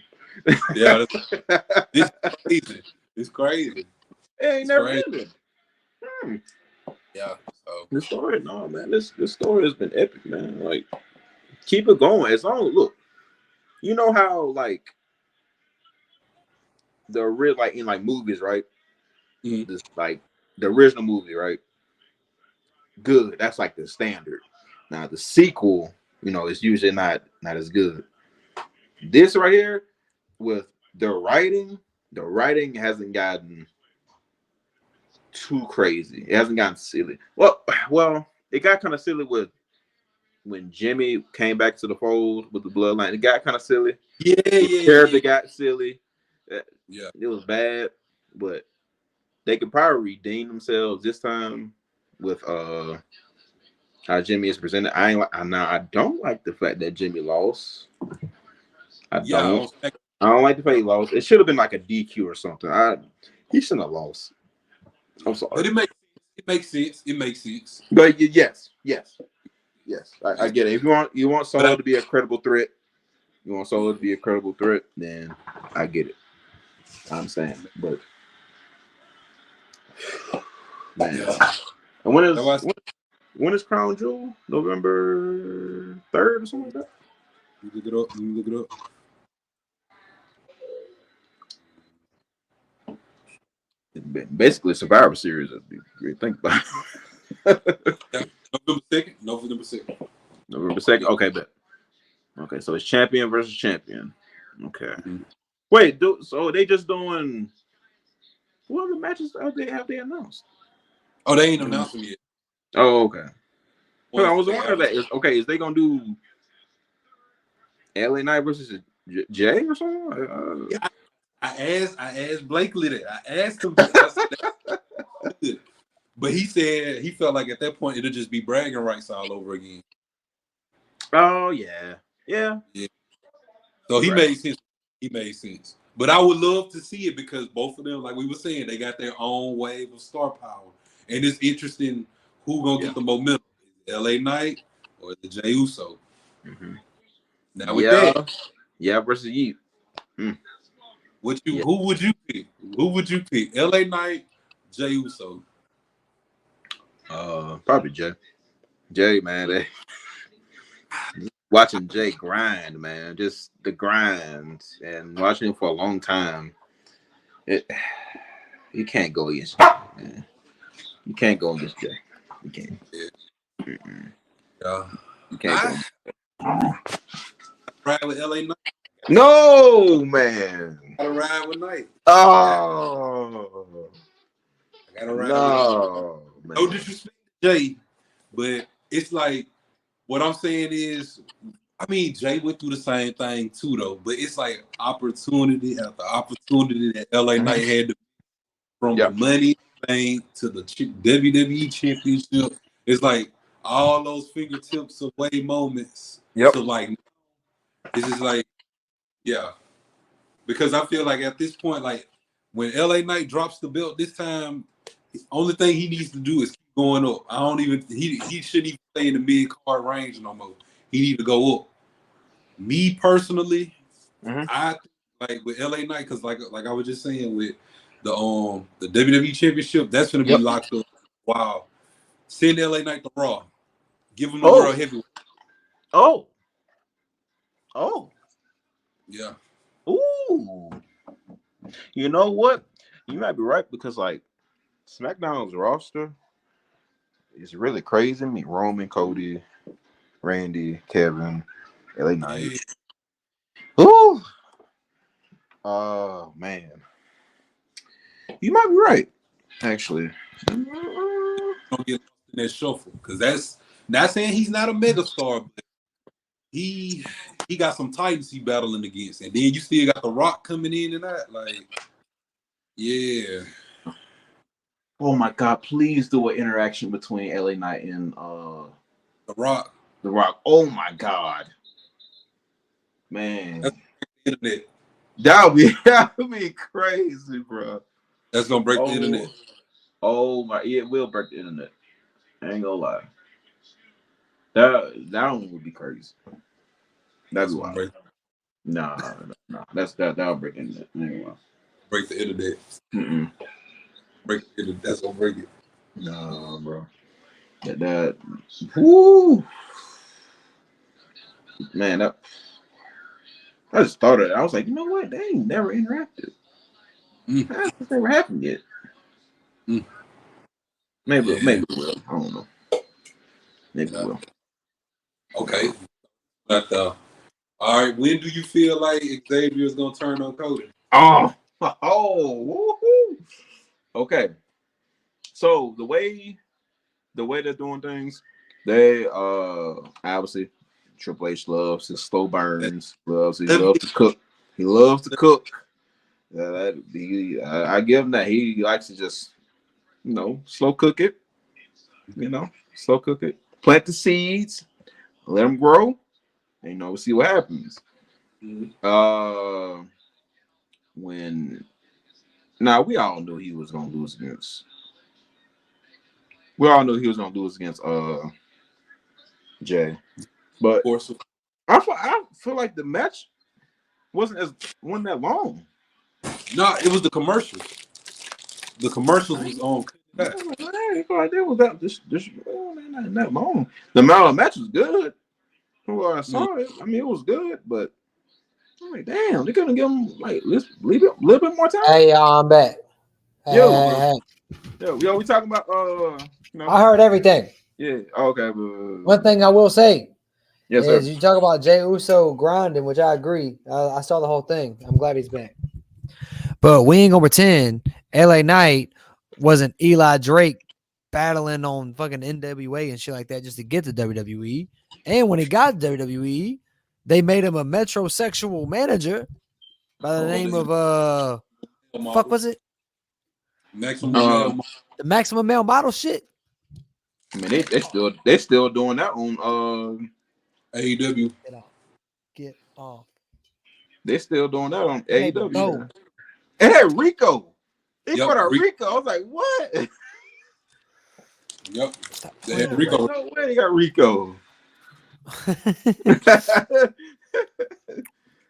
Yep. No way. Yep. Him and Billy. Mm-hmm. That the fact that Rico, that's awesome. From Billy Billy and Chuck. Jesus Christ.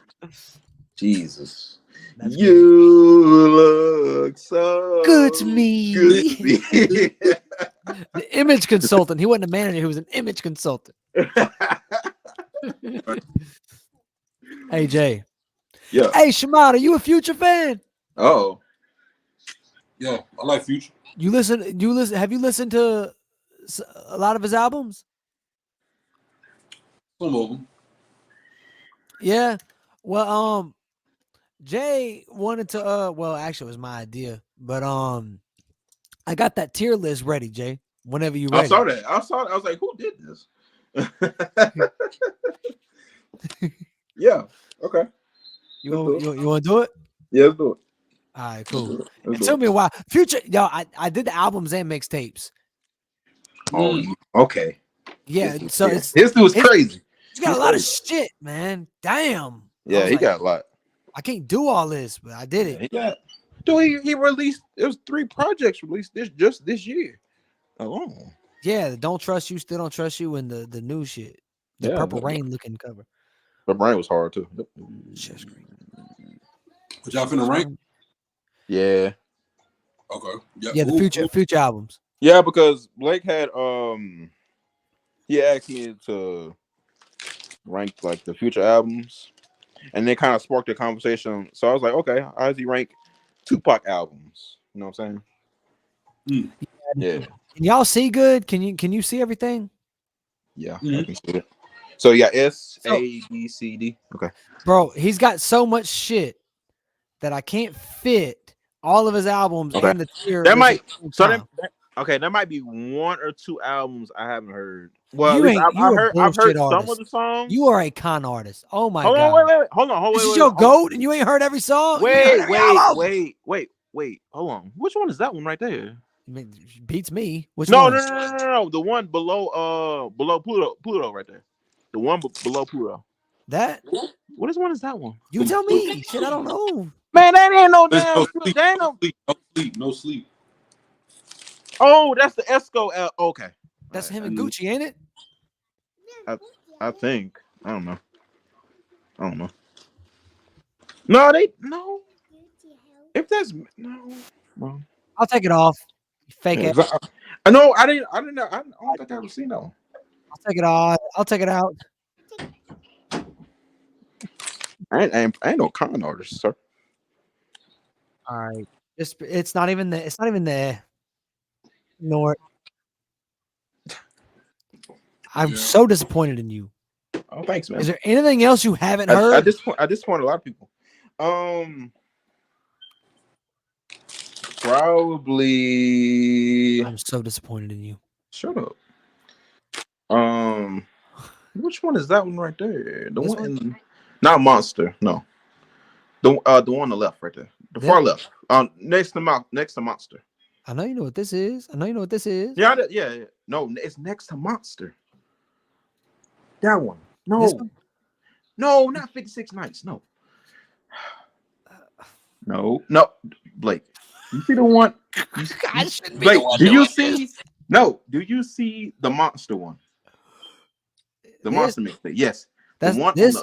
that one. Yes. Which one is that one? That's honest. Oh, okay. I couldn't see that his eyes. Okay, but Yeah, you're not honest. oh, You said you're I a told big told Future you. fan. I told. Look, I told you. I didn't listen to the one with him and Uzi. I told you that. It's Oh, you on did. there. I Which told one's you I that didn't one? listen to that one. Which one's that one? This one? That one right there. Yeah. I ain't listen to that Fair enough. I haven't heard Kanye and Cudi, and I heard that's like one of his better ones. And I'm a big Kanye one. Oh, con artist. Yeah. fan. Have you heard kids? Have you heard it? Kids See Ghost? No, I have not. No, but I haven't claimed it. I hear it out. I never claimed to hear. But anyway, all right. Well, just pretend these two don't exist, you fraud. Okay. And all right, let's start. Okay. I'm very curious. Shamat, how many of these have you heard? Yeah. Out of that list, Dirty Sprite 2, the What a self-titled time album. to be alive. like I said, I've heard Monster, Dirty Sprite 2, Purple Rain. To me, this is me. I know a lot of people gonna hate me for it. I really wasn't a big fan of the Purple Rain tape. I really wasn't. Purple Rain got some. Purple Rain got some. I like. I love Wicked. I love that. Yeah. I like Beast. What's that? That's how I like Beast Mode. 56 Nights. Woo! The FBG tape, I ain't really like that too much. Oh my god! I ain't like that too Shamai, feel free to comment on whatever his ranking is, whether you agree, disagree. If he has a hot take, react. That's cool. We in this together. But I'm gonna let Jay do the actual tier making because he's that's his GOAT, man. So that's the GOAT. I'll let you do it. So all right, start with Pluto. Where Pluto? Yes, where Pluto sir. going? Let's put Pluto in. Let's put Pluto in A. A tier. Pretty freaking high. It's pretty good. It's a pretty good album. I ain't gonna lie. Was Go Harder on Pluto? No. It was on. That was a tape. It was on 3D. The Pluto 3D one. Oh shit, okay. I think it was on 3D. I Turn Off the Lights wasn't on Pluto. Turn Off the Lights was on. Turn Off the Lights was on Pluto. Okay. All right. So A tier. Anything you want to add to Pluto before we move on? Anything you want to say about it? Favorite joints or some shit, like how your overall feelings on the album or how you reacted to it when it first came out? It was a great introduction into who Future was at this time here, because obviously I feel like his sound has changed just a little bit. 10 years in. Yeah, it has changed. It was just a really good album and a really good introduction for Future. Okay. All right. Pluto 3D. Woo! Let's do This will be. I hope this crap right here doesn't have us flagged of these damn. Oh no, you're. I think you. Product placement bullshit. Oh god, yeah. It's the B. I can't get rid of it. It's a B. Yeah, it's B. Ooh. That's B.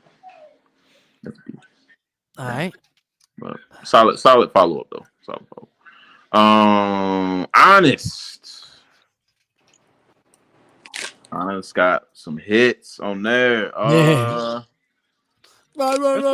just being honest. I'm being honest. Even the one with Ye. The one with I won. Yeah. That was good too. Was Bugatti on Honest? Huh? Who? Baby, what are you doing? Trying to run the Was show. Mood Honest? Huh? Move that dope. Move that dope. That was on a Future project? Was that on there? I'm trying to think. Hold on. Let me see. Jay, how do you not know this? I'm trying to think. Hold on. This is your GOAT. You gotta think. Yes, I do. This is a sophomore project. I'm not a psychopath. Yeah, it was on there. I ain't really like. I ain't like Move That Dope. I ain't think that was. What? I like that. No, I did not like. Crazy. That was a great posse cut, man. Yeah, You know what's crazy about Move That Dope? What? I think Pharrell had the best verse. And if you would have told me that I would have thought Pharrell had a better verse than Pusha T on a record, I wouldn't believe you. But I really do think Pharrell had the best verse. No. No, you don't agree? I just don't think that. I just don't think that was a good song. That's crazy. No. All right. Probably put it. Let's do. You know what? It got a few slaps on there. Let's put it at. Let's put it on like a B tier. Okay. Do you want to put it in front? Yeah. In front of. Put it behind. Put it behind 3D. Put it behind 3D. All right. Okay. So basically, he's been on a slope so far.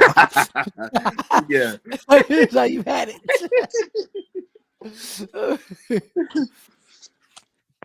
Okay. That does not mean they've been weaker though. Like I get it, but go ahead. Yeah. All right, go ahead. Monster. S tier. S tier. Monsters S. S tier. That's why I wanted to make sure I included the mixtapes. S tier.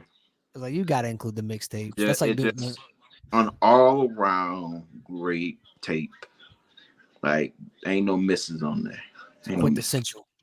Yes, ain't no misses on there. So, what do you think the best records on there were?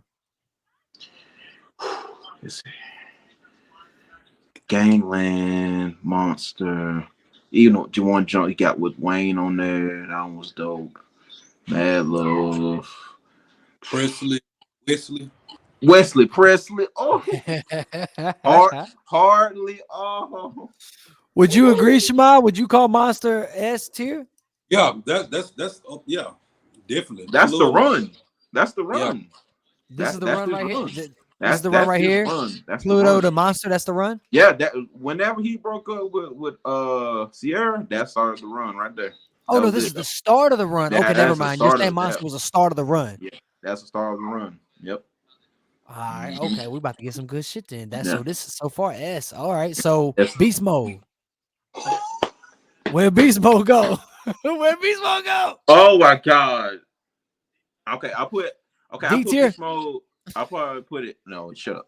I'll probably put A tier. I put it in front of Pluto. Okay, I agree. Put it in front of Pluto. Great tape. All right. You want to add anything, Mr. Podcast Man? Put the Mr. Podcast Man. Great tape. That's like raw. That's raw Future right there. Like crazy tape. He was getting in his bag. At this He point, was in his bag. All the way in his bag. Yeah. I'm talking about Zaytoven on the beat. Like man, going crazy. Going crazy. So yeah, definitely. All right, cool. Okay. Who else we got? Let's go. 56. 56 nights. 56 night is. I'll be a fool to not put it. Probably. I'm trying to think between S tier and A tier. Because that's how good it was. That's how really good it was. I'm imagining it's in front of Pluto no matter what. Yeah. I probably put it because March Madness was on there, man. Oh, that was a big one, son. March Madness is on there. Madness was on there. Okay. And that is a huge record. That's a humongous record. God. Okay, I'll put A. I'll put it A. And is it between? Go in between. Yep.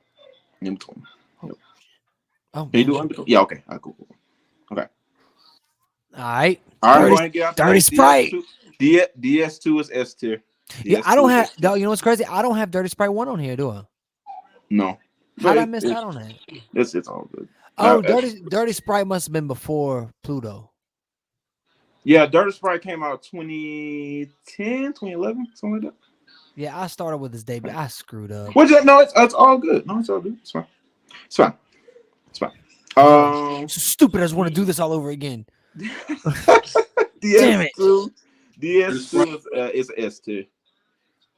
It's S2. It got so many hits. In front of Monster or ooh. Know what? Yes. Yeah. In front of Monster? Yeah, you put it in front of Monster. That's fine. Dirty Sprite 2 the GOAT right here. Fuck up some commas was on there. Trap niggas was on there. Stick Talk was on there. Oh, Stick Talk was on there. Yeah, Stick Talk was tough. All right. This is like Real Sisters was on there. Man, oh shit, the Drake album next. Oh, what a time to be alive. Okay. What a time it was to be alive. I probably put What a Time as a put a top of B tier. Put a top of B tier.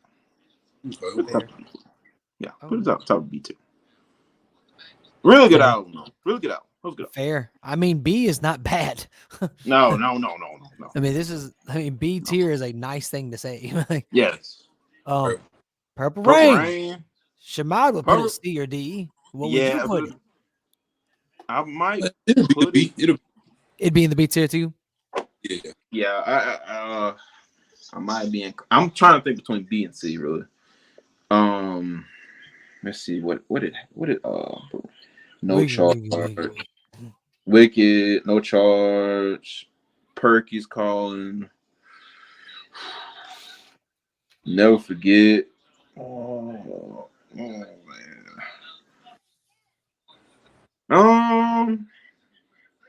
I probably put it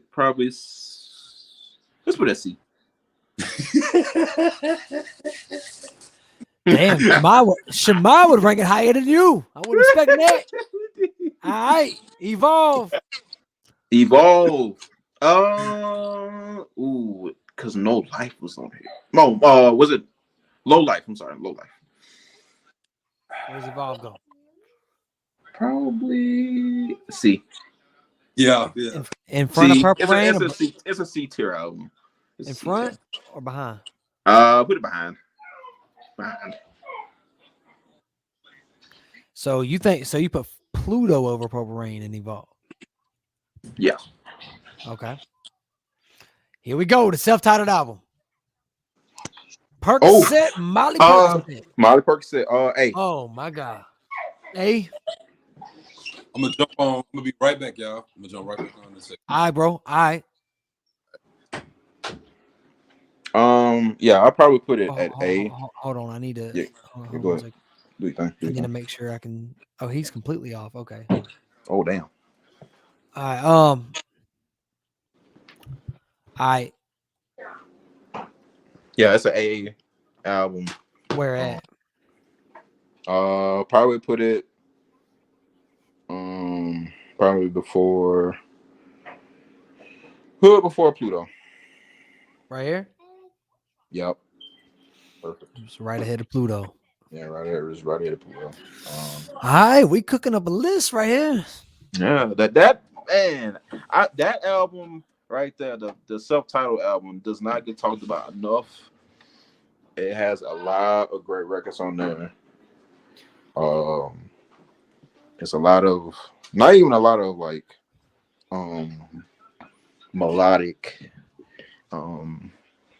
It's very. I mean, he even has like some story-based songs on there on that album. So like Fez did a sweep. Look, if I had to suggest a song from the album, Fez did a sweep. Great Fez song. did a sweep. Highlight off the album. Yeah, that Draco, Super Trapper, Out of Time. It's great. Great. This is really, it's a really good album. He at this point he was just adding to a legendary. Yeah, that's 27. That's 2017. That's 2017. Oh, that was a time to be alive. 2016, 2017. What time be allowed? What time be allowed? Was it? No, I'm saying it was like it was literally a time to be alive. Yeah, like, yeah, no. Like 2016, 2017. Yep. Oh yeah.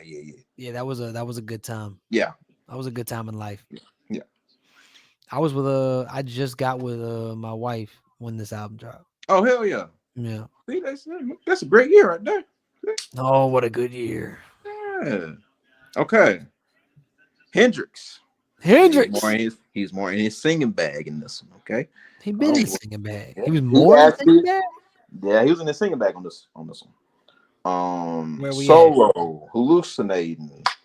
There was a joint with Chris Brown, a joint with Nicki.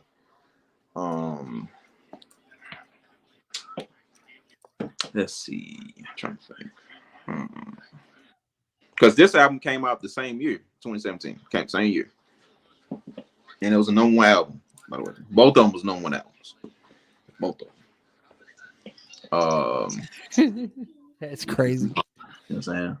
Probably the first person to do that in a calendar year since X. Yeah. Now he got 3. He had 3 this year. 3 number ones. He's the first. Yeah. Don't Trust You, Still Don't Trust You. And Mixtape Pluto. Yeah. 3 number ones.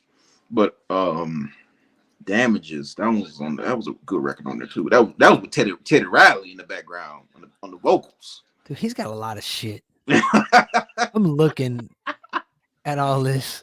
This man's put in some work. Yeah, he has, man. He's put in some work. Hey. And all of these shit sold too. They sold. Yes. You can't even hit him with the quality over quantity thing. No. Quantity over quality thing, because these shits have sold, man. These shits. Yeah. No, for real. Been talked really highly about. Yeah. Yes. Mucho respect, man. Yep. All right, Hendrix. Where we going with Hendrix? I probably put it. Let's put the top of C tier. It'll do C tier. These are hard, bro. These are hard. These are hard. It is, because I feel like there's only just maybe, because how many I got in a S tier? You've been very. I got to like, because I don't think there's many as like S tier albums. And you almost feel like when you go lower, you feel like you're. I don't know, the really good albums, like, oh man, it's gonna look like I don't really fuck with these albums because I got them in the B or C. Like, yeah, but it's hard, especially when you're doing these with. You got to think people only do tier ratings for like legendary artists. Yes. So like a midway legendary artist album is gonna be higher than your average album. So right, these things are tough, man. Like I'm imagining trying to do this with a Kanye or with an M or with a. I did with a Pac earlier, but like, and that was hard. So. These tiers make it even harder. Yeah, dude. Yes. Because you could easily just rank them worst to best. And if they're the worst, it's like, oh, that don't mean you're tiering it. You know, they could all be S. You know, they're just ranked it. But when you separate it into tier, it gets tough. It's tough. Exactly. All right, moving on to this. Super slimy. Okay. Super slimy. Okay. I probably put it.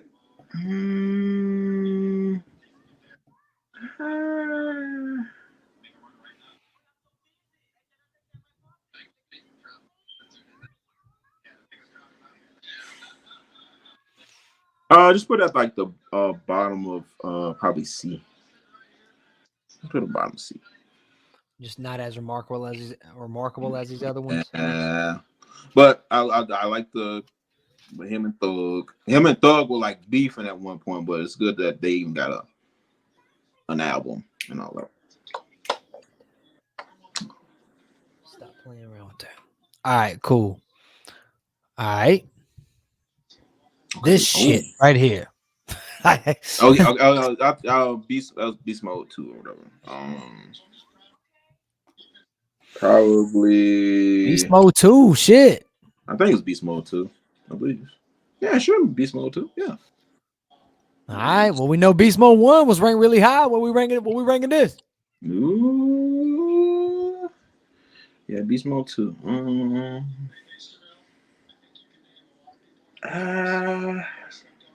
Probably. You know what? It's gonna be the first. It's probably gonna be a D tier. D tier. D tier. The curse of making a sequel from from one of your greatest albums. It really can be a curse, man. It's got a couple hits on there, but not enough to suffice. The one with Juice WRLD. RP Juice. Damn, man. I still listen to this one quite often.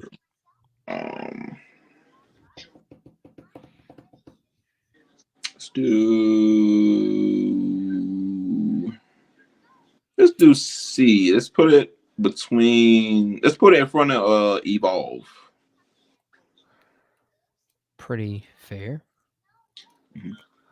I hate Future Hendrix the Wizard. Where we putting the Wizard at? Okay.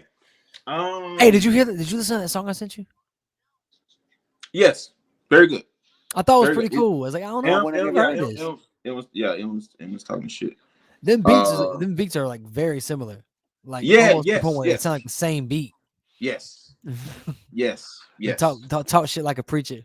Talk shit. Yes. Yeah. But go ahead. Nobody knows what we're talking about on here, so go ahead. They got some slaps on here too. One of my favorite songs on this album is Jumping on the Jet. I love that song. Oh my god. Crazy but True. That one was really good. You know what? It might be another C tier album. Let's put it probably in front of Super Slimy.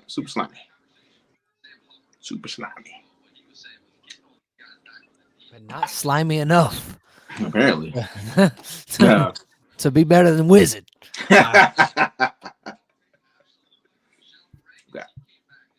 All right. Okay. Now, I forgot the name of the album. This was Save Me. Yep. Save Me. Okay. Satan? Save Me. I was about to say, damn. Save Me. Yeah, I had the where's Save Me going? Let's put Save Me at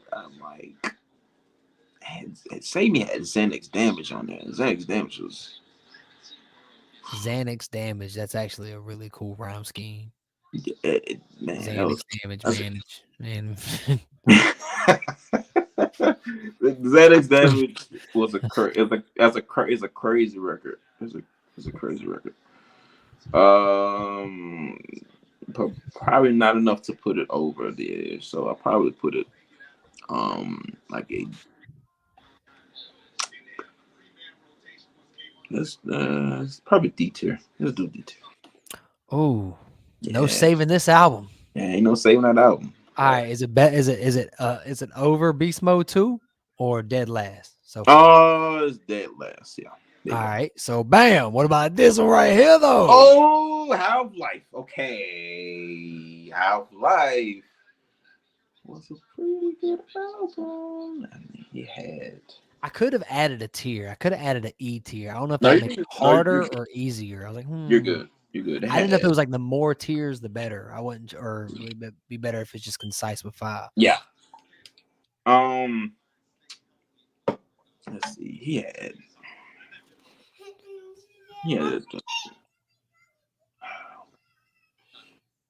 Posted with Demons. That was tough. He had the joint with Uzi, the one with Young Boy, Travis.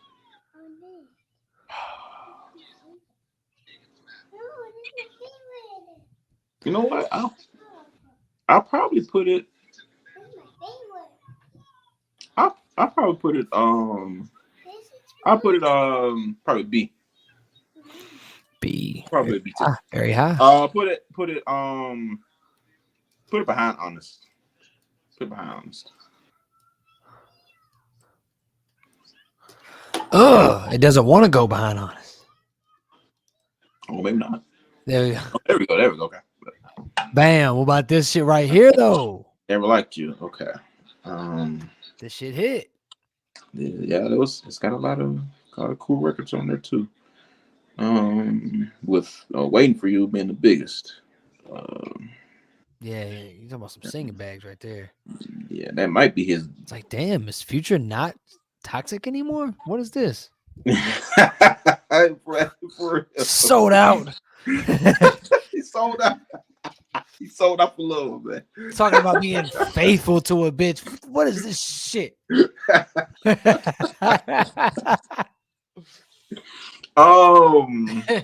He wants love and affection again. I'll probably put it.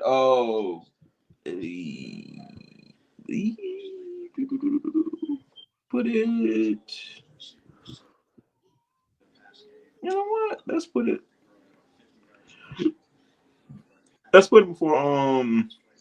before the Juice and Future album in C tier. Okay. So ahead of Purple Rain. The album that started a damn meltdown in hip hop culture. Like started that beat. The album that started Jesus, where we are right now. Leave it to Future. That I'll probably put it as a let's do an iconic album cover too. Sometimes album covers they don't have to be like really artsy. Great. Sometimes the most simple shit will work. Yeah, it's so iconic already. Let's do B tier. Put it before put it before Half-Life. Yeah. I put it before. No, you know what? No, put it before Honest. Put it before Honest. Pretty high. Yeah. Man, so it's your top. It's in your top 10. It's okay. Yeah. Future got a lot of work. Yeah, he got a lot of work, bro. That's all right. Go, man. That's what we keep saying, man. You go, man. I mean, as you're going through this, I'm like, man, I've always respected Future and I like him. But when you be like, oh, he's the GOAT, I'm like, man, that's a little too crazy. But like, I still don't call him the GOAT. But I'm looking at the work and the consistency and the quality with the quantity. I'm like, I see the case. Like, I see the case. Yes. There's a case to be on top of the impact and the influence, I guess. I never thought about the longevity as well. There's definitely, you got longevity too, yeah. There's definitely a case here. There's a case. Yeah. Moving on with Still Don't Trust You. Still Don't Trust You. Still Don't Trust You is probably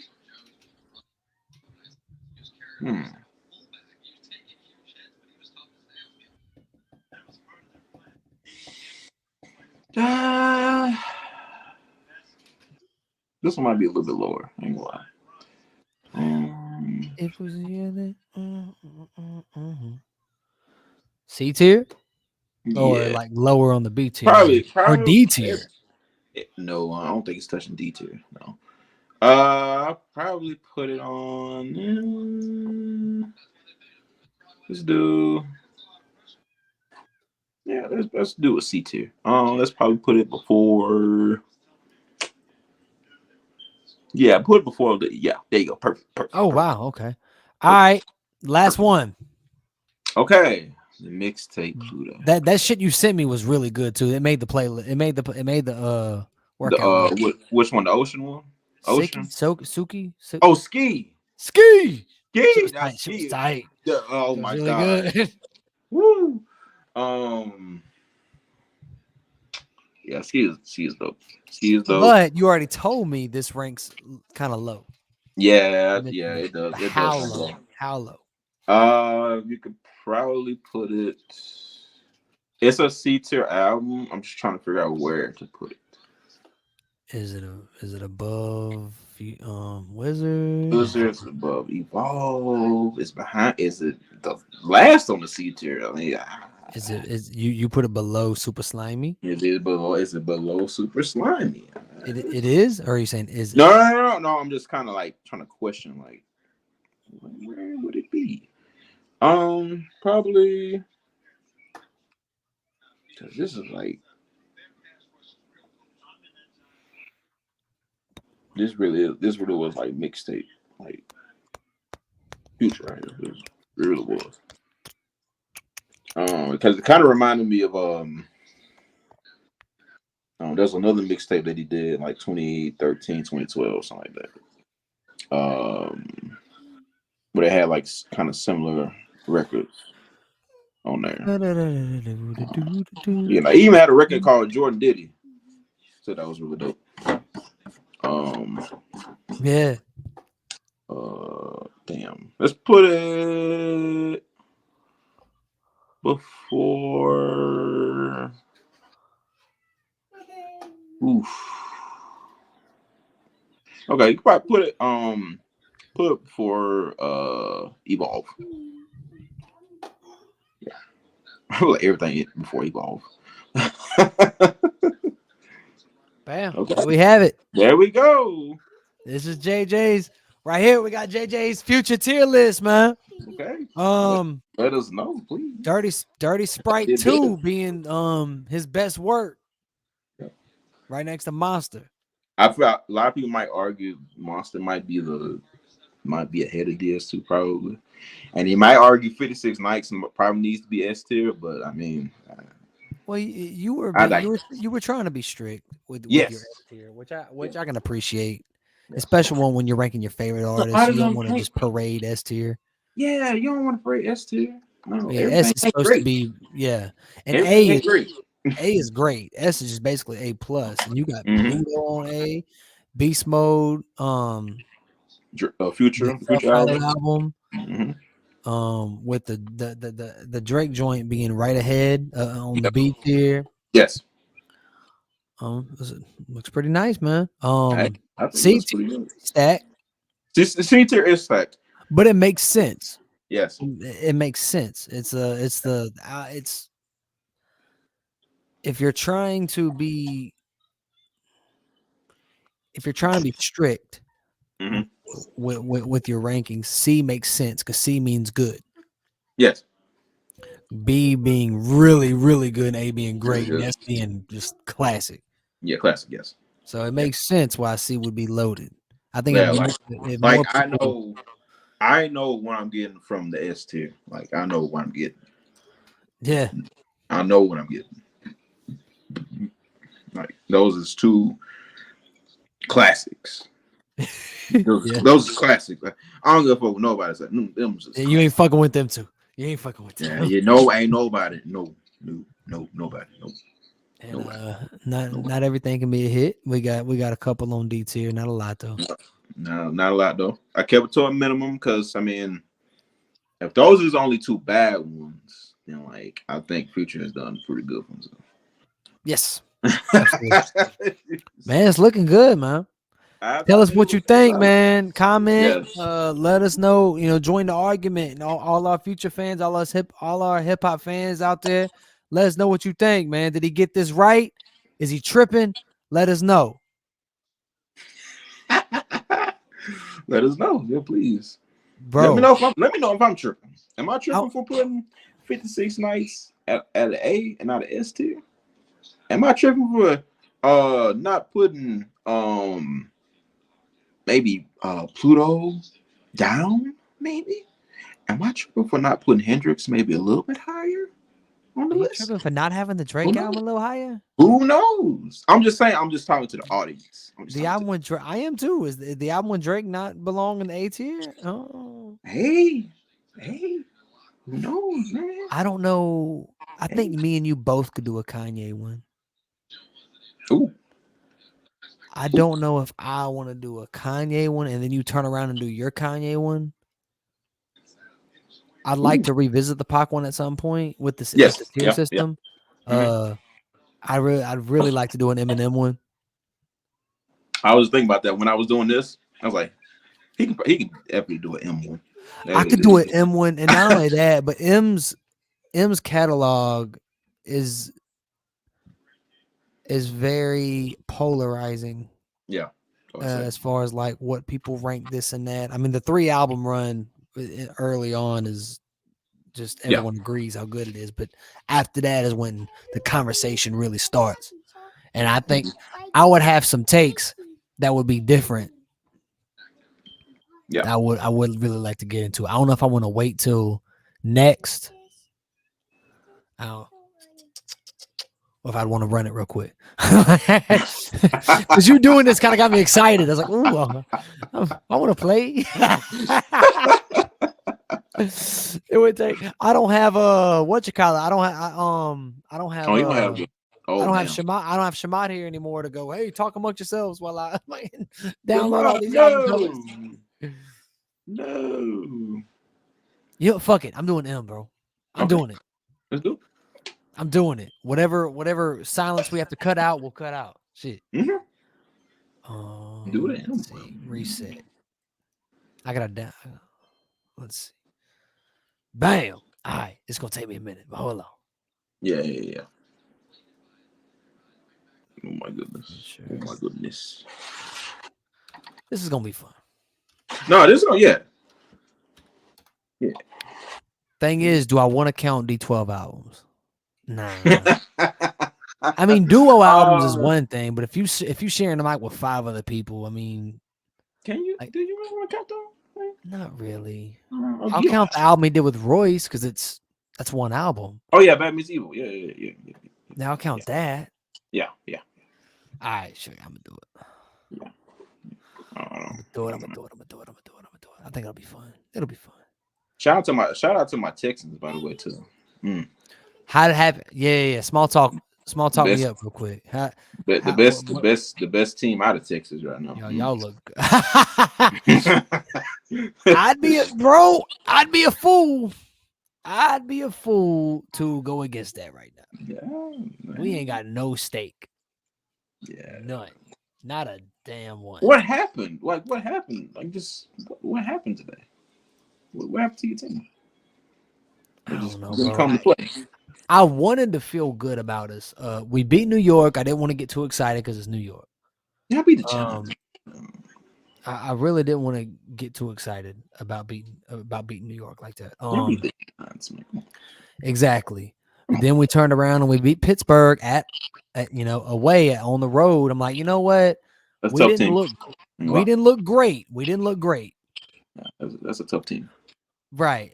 But it was away and we won. So I'm not gonna be that guy and pick it apart. All right, but I knew Detroit at home too. We got them at home. I knew this was gonna be where I really knew where we were. Mm-hmm. Even with us beating Pittsburgh, I was like, this will show. Not even just losing or winning. It's right. Is this gonna be? It's you know what I mean. It's just really gonna show, that we can be competitive, and we weren't competitive. No, we weren't. Bro, their quarterback literally their quarterback last game, he went 18 for 18 for almost 300 yards. He went 18 and 18? 18 for 18, bro. Almost 300 yards. And then he does y'all like this. Like, that line team is not the one that we all knew. It's a disgrace, man. It's a disgrace. It's a disgrace. It's crazy. Who's to blame? I don't know. I don't know. What's the name? Making them dick jokes. Jerry Jones. I was like, what is this dude talking about? What is this dude talking about, bro? I'm almost done, Jay. Yeah. You know what I noticed? None of these albums on the Wikipedia page has the parental advisory label on it. That's weird. That used to not be the case. Yeah. I mean, that's just a small thing to realize, but I'm noticing it. There's no parental advisory on these. There's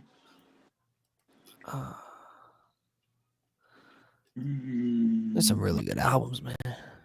Yeah. I didn't get to catch the Alabama game because I had to sleep. Man, we won, so that's good. We really gave them some shots. We really, I'm like, really. damn, what's going on right now? I was like, damn, they almost lost to fucking South Carolina. Yeah, we kept blowing it. I mean, thank God they didn't take advantage. Jesus Christ. All right. Yeah, man. I gotta delete. I'm gonna have to delete all these album covers. Ooh, yes, sir, man. 5-1. Come on, man. Best team in the league right now. Calm down. Calm down, my baby. Best team in the league right now. Baby, get down. Right now. What? What? I don't know what you're saying. Can I see you laugh? I don't know what that means. Oh. All right. I got this. One has to Oh, go. can you sit in my lap? No, baby. Not right now. One has to go. Okay. Go ahead. Triple H. No. Edge. No, hold on. Triple H. Edge. Triple H. Edge. Hold on. Triple H. Edge. Rey Mysterio. Or hold on. Or Well, Ray's not going anywhere. Go ahead. He said Ray's not going nowhere. No. And I'll probably say no, because even if I say Cena, Cena ain't going nowhere either. Cena's not. Yeah. At this point, you're making it a little too He ain't easy. going nowhere either. I'll make it too because easy. you know how I feel about Cena. So yeah, of course. Randy. Dude, Future has way more albums than Eminem.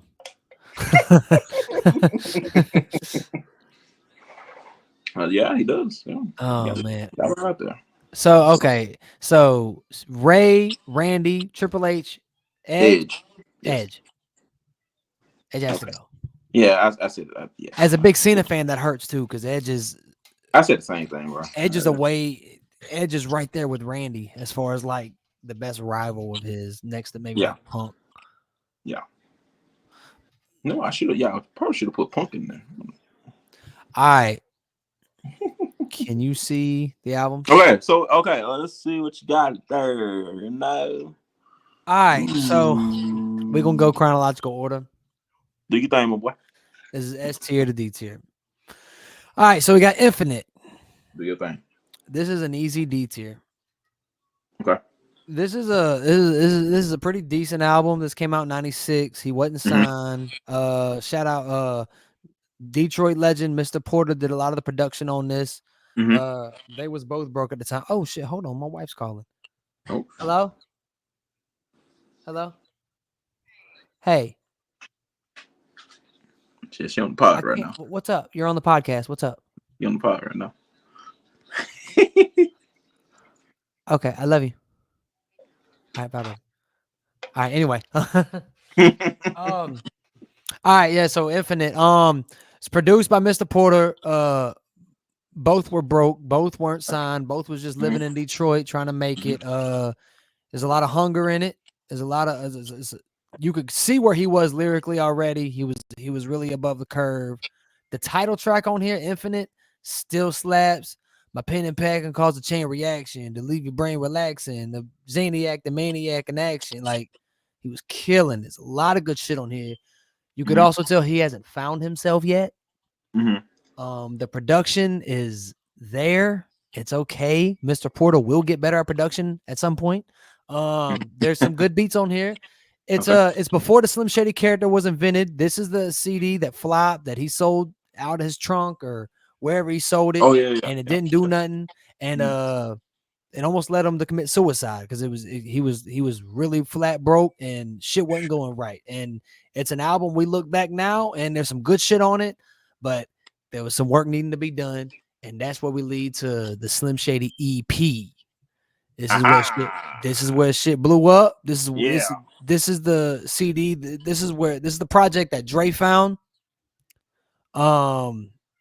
This is what did it. This is where the Slim Shady character was invented. Mhm. A lot of good shit on here. A lot of the best songs on here will be reworked on the next project we talk about, and Dre puts his finishing touches on it, and to me makes it better. Some people like the versions on the EP because it sounds a little grittier, sounds a little more underground. I understand that point of view. I personally like Dre's finishing touches. But some good shit on here. 97 Bonnie and Clyde. Which actually used the Will Smith sample on this version. Which if you never heard just the two of us, 97 Bonnie and Clyde, JJ, he's huh? I said okay. If you never heard the song, Yeah. he's talking to his little girl about he just in like baby talk, like, come on, hey, let's go, we go into the beat. Yeah, I heard. Yes. Yeah, mommy's taking a nap in the trunk. You know what I mean? Like, Yeah. And the whole song is he's basically taking his little daughter, who's probably 2 or 3 years old at the time, to the pier to dump his baby mama's body in the lake. See, Eminem's not the first rapper to rap about hating your baby mama. He's not the first rapper to make a fuck my baby mama song. That's a concept as old as time, and it will continue to be. He just did it in a very different way, in a very creative, cartoonish way. His little girl's vocals are on this track, which makes it even more fucked up. But there's a lot of good shit. There's a lot of good shit. I'm getting ahead of myself. I almost started talking about the LP, but there's a lot of good shit on here. Murder. A lot of people like Murder on here. I like Murder, but I like Murder better on. They reworked that for the Next Friday soundtrack, and I'm one of the few that actually like that version better. Regardless, classic EP. It gets overshadowed by the LP. I'm gonna put it. I'll put it in the D tier above Infinite. Shit. Or do I put it below the C tier? I'll put it above the C tier. I don't feel comfortable making it D. I mean, if the Slim Shady EP doesn't happen, then none of the rest of this shit happens. It deserves that kind of respect, and it was groundbreaking for the time. A lot of good shit on here. Low Down and Dirty, a lot of classics, which led to the Slim Shady LP. I'm going to get this could easily be S tier. This could easily be S tier. To a lot of M fans, it's going to be S tier. I'm going to be kind. Put A. Or maybe a little less than kind. I'm going to make it A tier. This could easily be A tier. This is a classic album. When people talk about 3 album runs, this is the start of M's. This really, really set the rap world on fire. My Name Is was on this joint. Guilty Conscience was on this joint. Role Model, like 97 Bonnie and Clyde is back on here, but reworked with Dre's production. Role Model, I Just Don't Give a Fuck, still don't give a fuck. The production is crazy. The lines is crazy. The joint with Royce is bonkers. There's a lot of good shit on here. I still have cuts on this album that I can listen to. I mean, when the new album came out, that the Slim Shady, I listened to cuts off the Slim Shady LP to get ready for it. Like, I knew it was coming out at midnight. I was like, man, if we killing Slim Shady tonight, then I'm gonna go to the birth of it. You know what I mean? It was a great album for its time. It's a great album of for all of time, really. It's a lot of good storytelling tracks on here. Brain Damage being one. Role Model might be not Role Model. What the hell, man? I can't believe I'm drawing a blank. I know what you're going through now. Rock Bottom, my favorite song on here. Rock Bottom. He's talking about being poor, talking about being. You could tell he wrote it before being signed. A lot, very personal, a lot, very relatable. He certainly can't rap about being broke anymore. This is the last album he really could get away with rapping about being broke.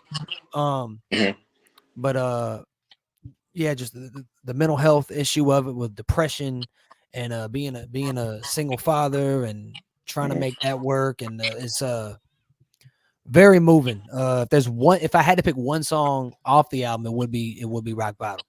But a lot of good shit. I could go more on this album, but I'm gonna keep going. Holy shit, dog! I'm missing an album. I'm missing a very important album. Hold Oh on, shit. a very important album. Oh, Don't let worry, me we're gonna see. fix that. Bam. Anyway, the Marshmallows LP. It's kind of important. It easily goes in S tier. I don't see where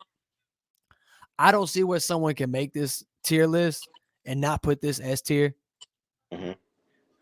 It takes what the Slim Shady LP did, and it makes it even better. It's darker. It's even more personal. The Slim Shady LP was very cartoonish. There's a lot of cartoonish elements in the Marshall Mathers LP, but it had been toned down in favor of darker lyrics. We talked about 97 Bonnie and Clyde earlier. He made a prequel to it called Kim. It's a hard listen. Remember We Cry Together on the Kendrick album? Yes. It's his We Cry Together. Only a little more sinister because it ends with him killing her. But it's brilliantly written because it sounds like it's just like We Cry Together. It's an argument in written rap form. The production on that song is haunting. The production on a lot of it. Stan is on this album. The Way I Am is on this album. Just classics, man. The Posse cut with Dre and Snoop was on this. Bitch Please Part 2. Do you remember Bitch Please Part 1? The Snoop record? No, I don't. Snoop and Nate Dogg. Well, they made a sequel on this one, Bitch Please Part 2. D12 makes their debut on this album, Under the Influence. I see that. I see it on the right here. Yeah. Kill You is crazy. Kill You is such a good intro. Criminal was a fucking amazing outro. This album started off hard, ended hard. Dre's production is crazy on here. M is in his bag. This is the quintessential Eminem album. This is, no matter who you talk to, it's almost cliched to praise this album. That's how good it is. But you can't fuck with it. There's a lot of things I can say to be controversial with hot takes, and I'll get to them later, promise. But I'm not with this album. This album belongs in everybody's S tier list. The Marsh Mathers LP. This is M in his complete bag. Then we got the Eminem show. This is where it gets really hard. Obviously, bro. Honestly, Jay, Slim Shady LP, Marsh Mathers LP, and the Eminem show. I could easily put all three of them in the S tier, and nobody would bat an eye. Right. I'm gonna. Shit. Do I really just want? This is really tough, man. How many times did you almost reconsider after you already ranked something? Like, I need to go back. Many times. Many times. I was like, oh, well, I don't want to put this high. I don't want to put this low. It's just so hard to. It's so easy to watch somebody do it and be like, no, that should be lower. That should be higher. It's so you're wrong. Yeah, it's so easy to do that when you're doing it. Now that you're doing it, and you're in it, you're like, and when you're a fan, man, you're doing it with. You're a fan, and you know it's a legend. It's even harder, man. So, y'all, please don't shoot me. Eminem show, I'm not gonna make S tier. I could easily make all three of these S tier. I'm not, and I'm going to put Eminem show below Slim Shady LP, but it's with a heavy heart. I do that because I really enjoy the growth on this album. I've heard a lot of people say it's their favorite Eminem album. I've also heard people say it's better than the Slim Shady LP. It's right below the Marsh Mathers LP. I easily see it because I love the production. Eminem does a little bit more of the production on this, and Dre's fingerprints are still all over it. Or at least Dre's influence is all over it. If it's not his fingerprints, I don't know. I mean, it's a very Dre sounding album. The Eminem's growth is on it. The Slim Shady character is still in full effect, but it has been toned down.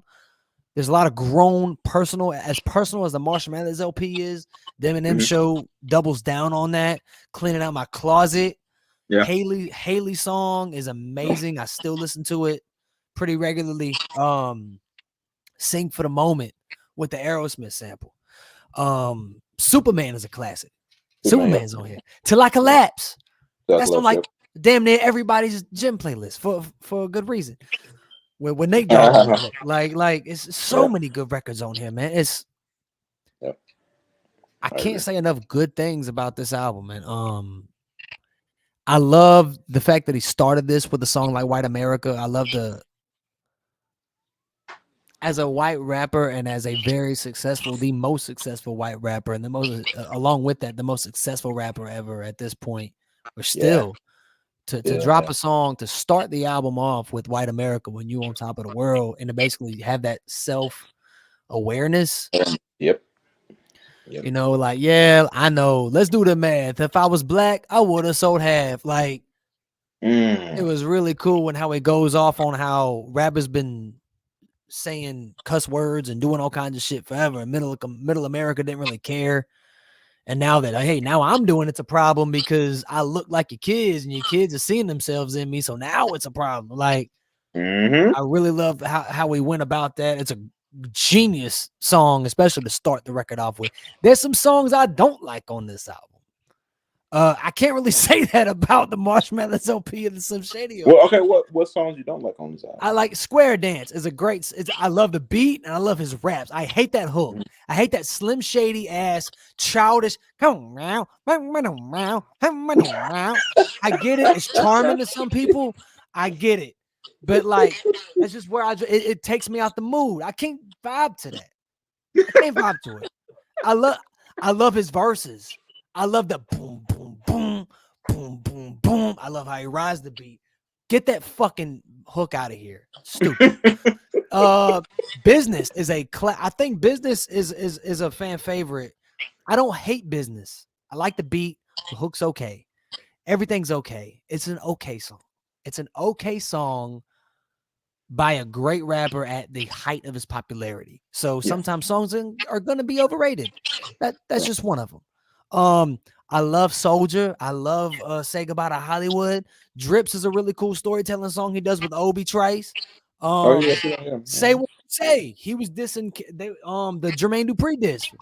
Eminem featuring Dre. After Jermaine Dupri said some shit in an interview that Dre didn't appreciate. Em and Dre dissed him on Say What You Say. Great song. Oh shit. Boom. That beat is crazy. But what about Jermaine? Fuck Jermaine. He don't belong. Speaking mine, no Timberland's name. Like, some really good shit, man. Like, okay. Yeah, check that out. Check that out for sure. What else? Is there anything I'm missing off that album? I'm not gonna go too crazy on this album because I feel like there's songs off the Slim Shady LP and Marshmallows LP that I didn't mention. Yeah, yo, 50 and Banks was on there. No, they weren't. You're looking at the extended version. Expanded. I'm sorry. My bad. That was a mixtape cut off of the Invasion tape. Gotcha. Okay, I'm glad you told me. Yeah, so Encore D. Absolute last. There's a backstory on Encore. Encore could have been a different album. I think we would have got. Yeah, I love that song, my baby. One thing I really like at this point is the connection of albums. You had the Slim Shady LP, the Marshmallows LP, the Eminem show. It was the three. So like the three of them were like different names. Yes. He continued that with the Eminem show, the connection being Encore. Eminem show, Encore. Instead of calling it Eminem show 2, it was Encore. Cool. Yeah. I like the album cover. Yes. I like the blue cover. I like how I love how the taking the bow shit. Yes. It was basically showing how he was thinking about retirement. This album probably would have been very different and it probably would have been ranked higher, especially at this point. But unfortunately, a lot of the album leaked. Same thing happened to Nas a few years before. Same thing happened to Lloyd Banks a couple years after this. He had to come back and redo a lot of cuts. And at this point, he was in a fuck it mode, which is not an excuse. And I think his drug problem, well, I know because he talked about his drug problem was at an all-time high. So you get stupid bathroom humor, you get dumb, cringy songs. And it's unfortunate because there are albums that I'm gonna rank higher that I think the highlights on this album are better.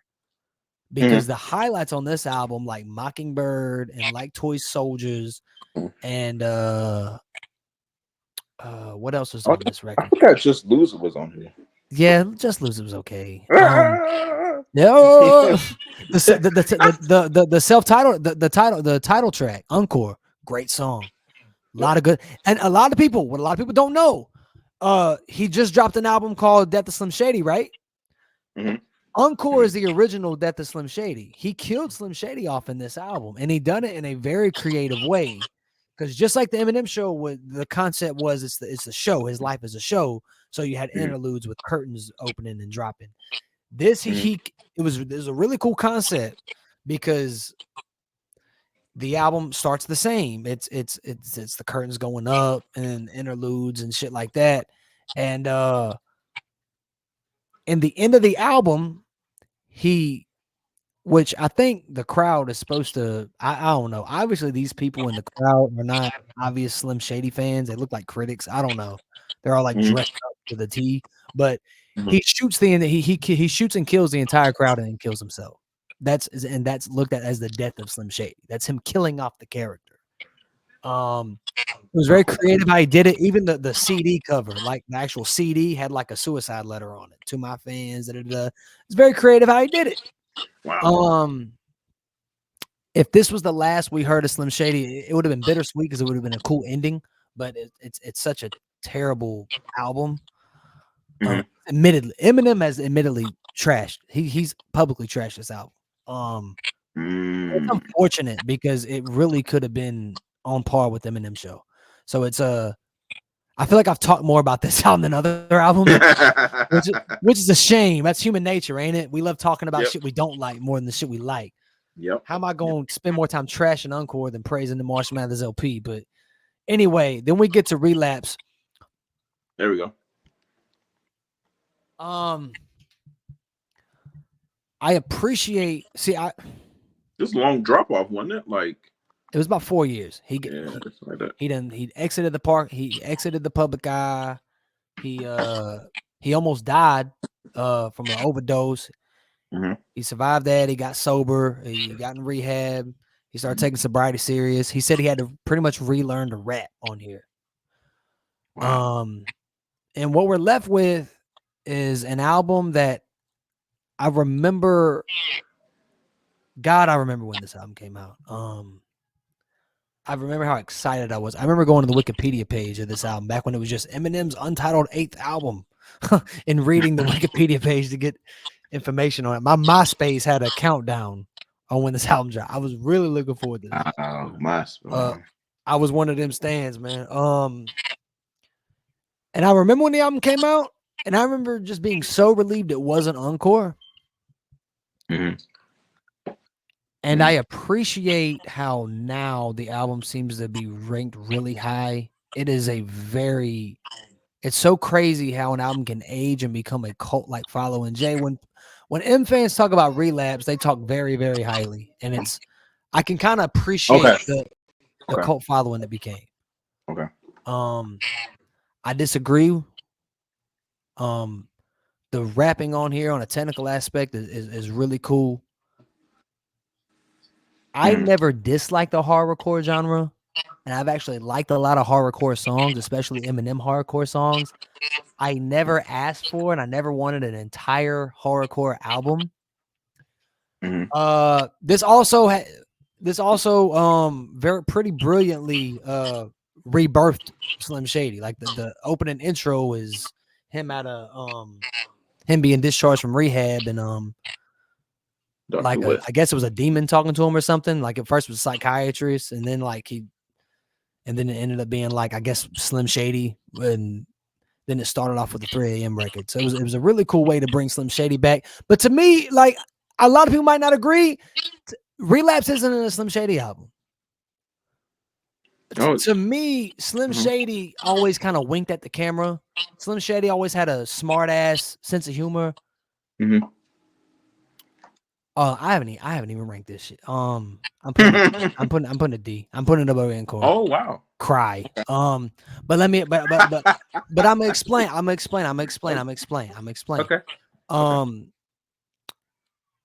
There's no humor. There's no like M would rap about fucked up shit. Eminem's kind of like South Park, where he makes you laugh and then you feel bad for laughing. Yeah. Like shit, damn. There was none of this. He was just straightforwardly rapping about raping bitches, bro. Like that's I can't. You know what I mean? Well, you know what? You might be right because, like, ooh, yeah, you're right. Yeah. Like there's some songs I really like on here. Beautiful is the best song on here, and that's the one song where he's not rapping in accents. He Oh my rapped God. in Oh man. Yeah. Beautiful is Yes. so great. Beautiful. Yeah. Great song. Yeah. Great song. And Yes. and man, when it came out, it stuck Good. out like a sore Good. thumb on this album. Yeah. I love Crack a Bottle because I Crack, love crack a M50's bottle. Yeah. Crack a bottle's good. Yeah. hard. Yeah. We Yeah. Made It's You. hard I record. don't know why Eminem We hates Made We You. Made You so bad because he made Houdini this year, and We Made You's on the same level Yeah. as He Houdini. was. Yeah. I don't. I understand. Yeah. We Made You's a great He don't song. like. He don't like We Made You. No, and We Made You was a really cool comeback record. Now I Yeah. understand It was. Yeah. it wasn't Not Afraid, which we'll get to later, but Yes. look, Relapse was an album where obviously he's fascinated with serial killer documentaries and shit. A lot of us are. Forensic Files and shit like that. He wanted to make an album where he was in that bag. I understand a lot of people love it. I tolerated it when it came out. I like Bagpipes from Baghdad. I love the song Hello. I could live without a whole album of that shit. I remember feeling underwhelmed at the time, but just being happy to have Eminem and be happy he wasn't doing dumbass songs on like Encore. So Yeah. I appreciate the cult following this album has gained. I think it's cool. I'm glad Eminem still doesn't like the album. When Eminem talks about his bad album, he talks about Encore and Relapse. I'm like, okay, good. I'm glad these fans didn't convince him that Relapse was great. Convince him. Because to me, it wasn't. And a lot of people shit on Recovery, but guess what? I don't give a fuck. Hey, We I'm put gonna be Recovery. Hey, bro, if you would have asked me, like in 2010, 2011, 2012, I would have had Recovery over Eminem Show. Actually, Recovery would have been my favorite album. That's how much I love this album. I've calmed down on that. Like time has passed. You need time to really rank albums. I was kind of crazy with that. Recovery was what I wanted Relapse to be. And what I mean by that is Eminem is great when he's talking about personal shit. And this was an album full of him pouring himself out.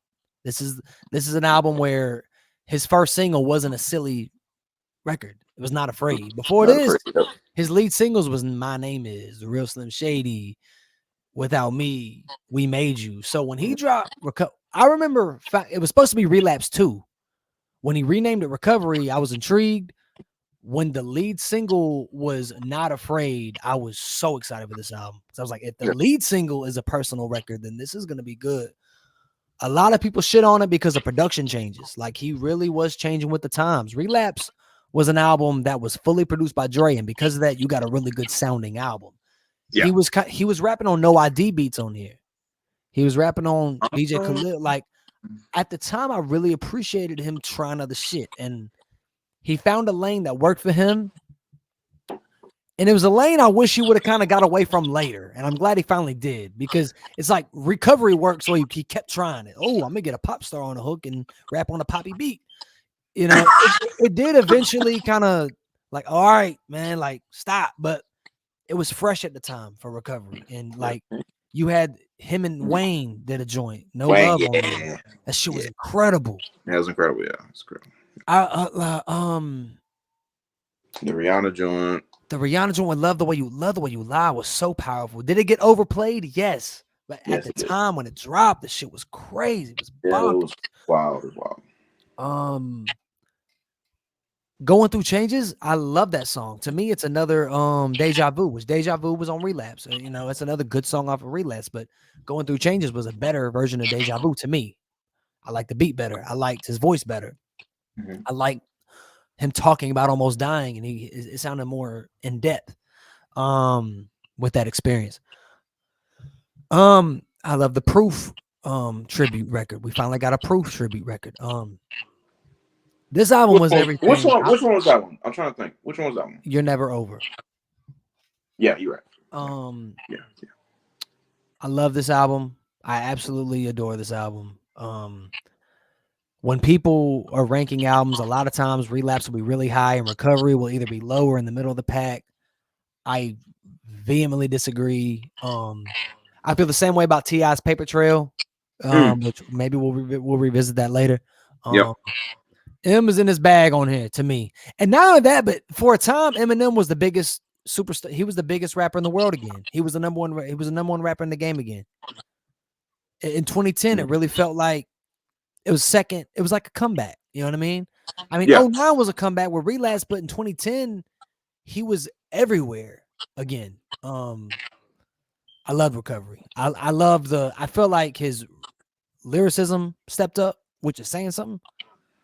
But yeah, that's my spiel on Recovery. I knew I was gonna talk a lot about Relapse and Recovery because I knew those were gonna be the controversial talk. Like no one's gonna argue Marshmallow's LP being S tier. They might argue about Slim Shady and Eminem Show not being S tier, but A tier is fair. I knew Recovery and Relapse was gonna be the hard shit. I knew no one was gonna disagree with Encore being ranked low, but I knew those were gonna be the shits people was gonna have a problem with. But I'm pleading my case on why I really enjoyed Recovery and why Relapse fell short. There's great songs on both albums, but that's my opinion. Bad Meets Evil, really good album. I become an even bigger Royce fan since this. Before this, all I knew about Royce was him on the Beef DVDs, beefing with D12, and those really good diss songs he did against D12, and the couple records he did with him before the fallout. Then Bad Meets Evil comes out. Very good, very good. I'm Where are you gonna put it? C tier below Slim Shady EP. Very good. It's supposed to be an EP, but the deluxe edition has 11 songs. It's an LP. That's back when deluxe albums were really deluxe albums because you had to go to the store and buy either the regular album or the deluxe album. Now you go on Spotify or whatever, you're gonna go to the deluxe album immediately. Like, but yeah, good songs on here. A lot of people do not like Lighters with Bruno. What? I don't know, bro. I liked it because I love Eminem and his personal bag, his motivation bag, and he killed it. And Royce killed it.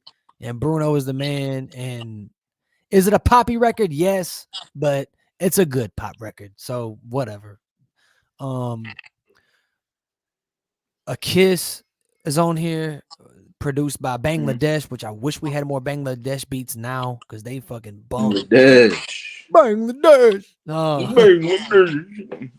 The joint with the Mike Epps sample is on here. Is catchy as hell. There's a lot of good stuff on here. Fast Lane. A lot of people know 2K. Everybody knows Fast Lane. NBA 2K12. Was it NBA 2K12? Really? Or was it NBA? Was it 2K11? No, I had to be 2K12. Living life in the fast lane. Was it? Oh, I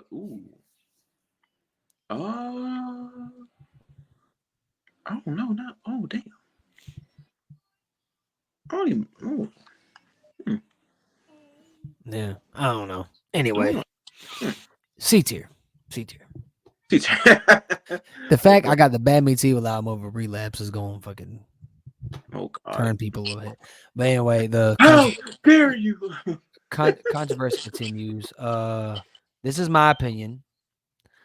So when the Marshmallows LP, so I'm gonna go ahead. Look, so I'm putting Marshmallows LP2 S tier.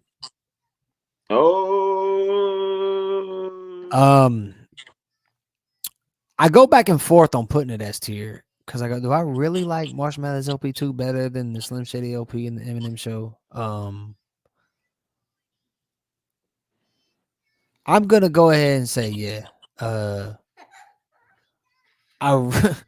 Remember when we were talking about the curse of making a sequel of your best shit?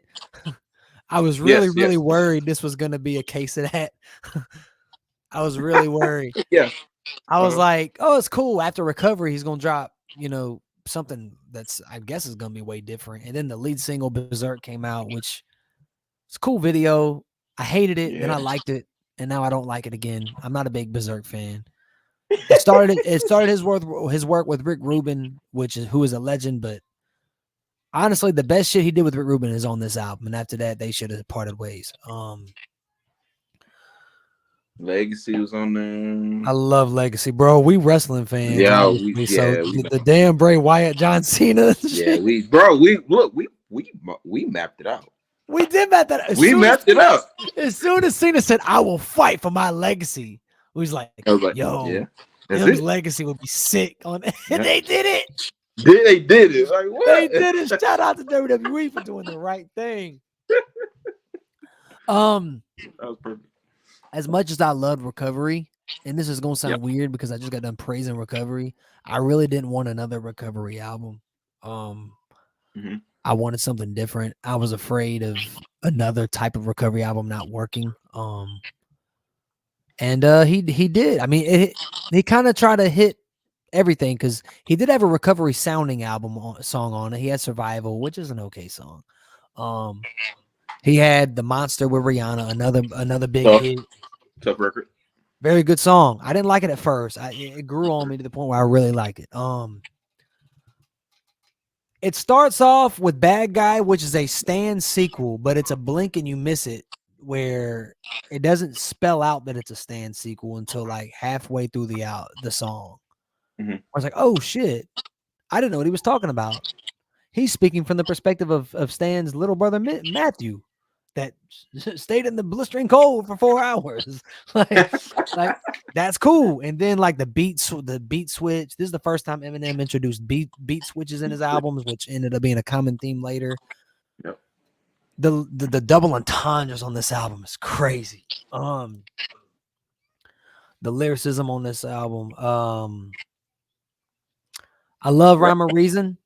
Rap God is on here too. Rap God is still talked about. It's still a masterpiece. Do you like Rap God? Do I like what? Do you like Rap God? I just called it a masterpiece, dude. Okay. Yes, absolutely. You know what's crazy? It's like you like cutting out. Oh no, what? No, but no. You're still able to. Now you're fighting through it because I'm still able to understand you. So you're good. That sucks. Because it'll like how to like it'll go like it does that little noise, but you're good.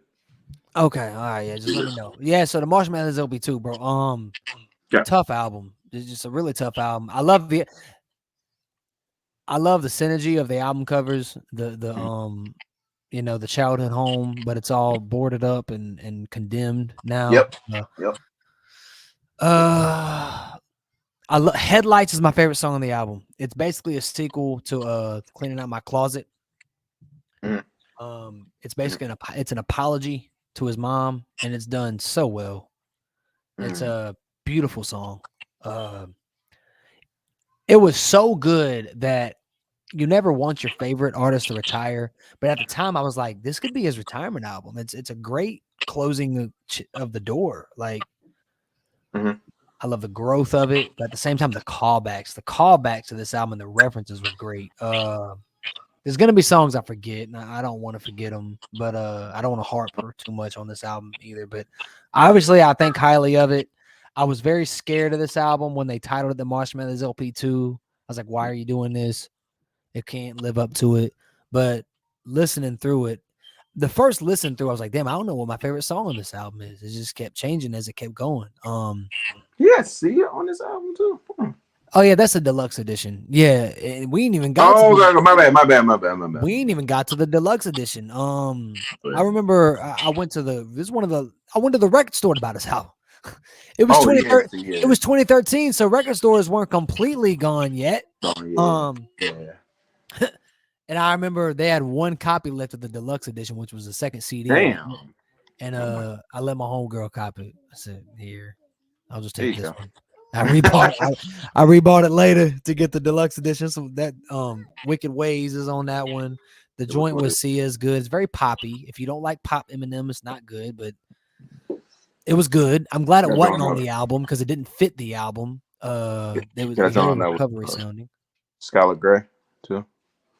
Yeah, Asshole was an okay song. Brainless is a good song.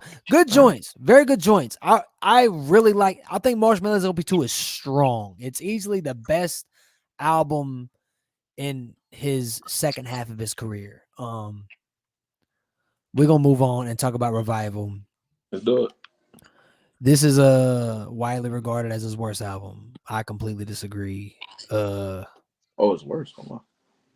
Yeah, a lot of people call it his worst. When it came out, it got clowned. And that led to another album we'll talk about in a minute. Damn, Beyonce, this year. Kehlani. Bro, so oh wow. Okay, so it's crazy you're reading the track list. He dropped the track list before the album, and everybody already hated the album. And this is where I feel like he was really taking the recovery route and trying to do it. I feel like he was trying to do recovery again. Only more so. It's a weaker recovery. He was trying to serve every master because there's a song on here that's very relapse-esque called Framed. I really like it. I'm okay with horrorcore once or twice. I just don't want a whole album full of it. It was really cool to hear him in that relapse bag on one song, and then another song. He does this, that Kehlani song to me is tough. I don't know why it wasn't a big pop record.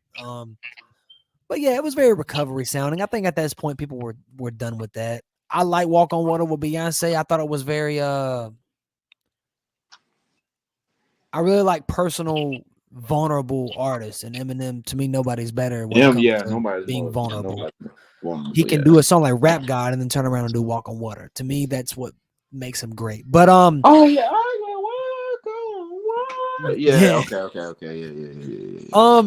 But yeah, so it is a weaker album. It's one of his weaker albums. It's definitely a weaker album. That's why I'm going to put it in C tier. Yeah, I don't think I might really realize he does have do a lot of songs with pop stars. It's kind of a little crazy. Yeah, Recovery was the start of that. Yeah. Yeah, you're right. And I feel like it worked. And he was like, "Hey, this is my new lane. Let's do it again." And Revival was where it really fell on his face. I think it's the only album. Correct me if I'm wrong. I think it's the only album in Eminem history to not go platinum. Really? Hold on. But guess what? It's still better than Relapse to me. It's a weak album. It's a weak album. But there are cuts on Revival. Like Walk on Water, like Believe. Believe is an incredible track. Castle in a Rose might be my favorite outro in Eminem album history. I can't listen to a Rose without Castle. I gotta have time to listen to both because they link up together and they're very personal and they're about his addiction. They're about Haley. Castle is letters he wrote. The first verse being a letter to Haley while Kim was pregnant with her. The second verse is about her being a year old and him still not making it. And the third verse is about after he made it and how he was miserable because he was so addicted and shit like that. And he fucked up because she's living with a drug addicted dad like he was living with a drug addicted mom.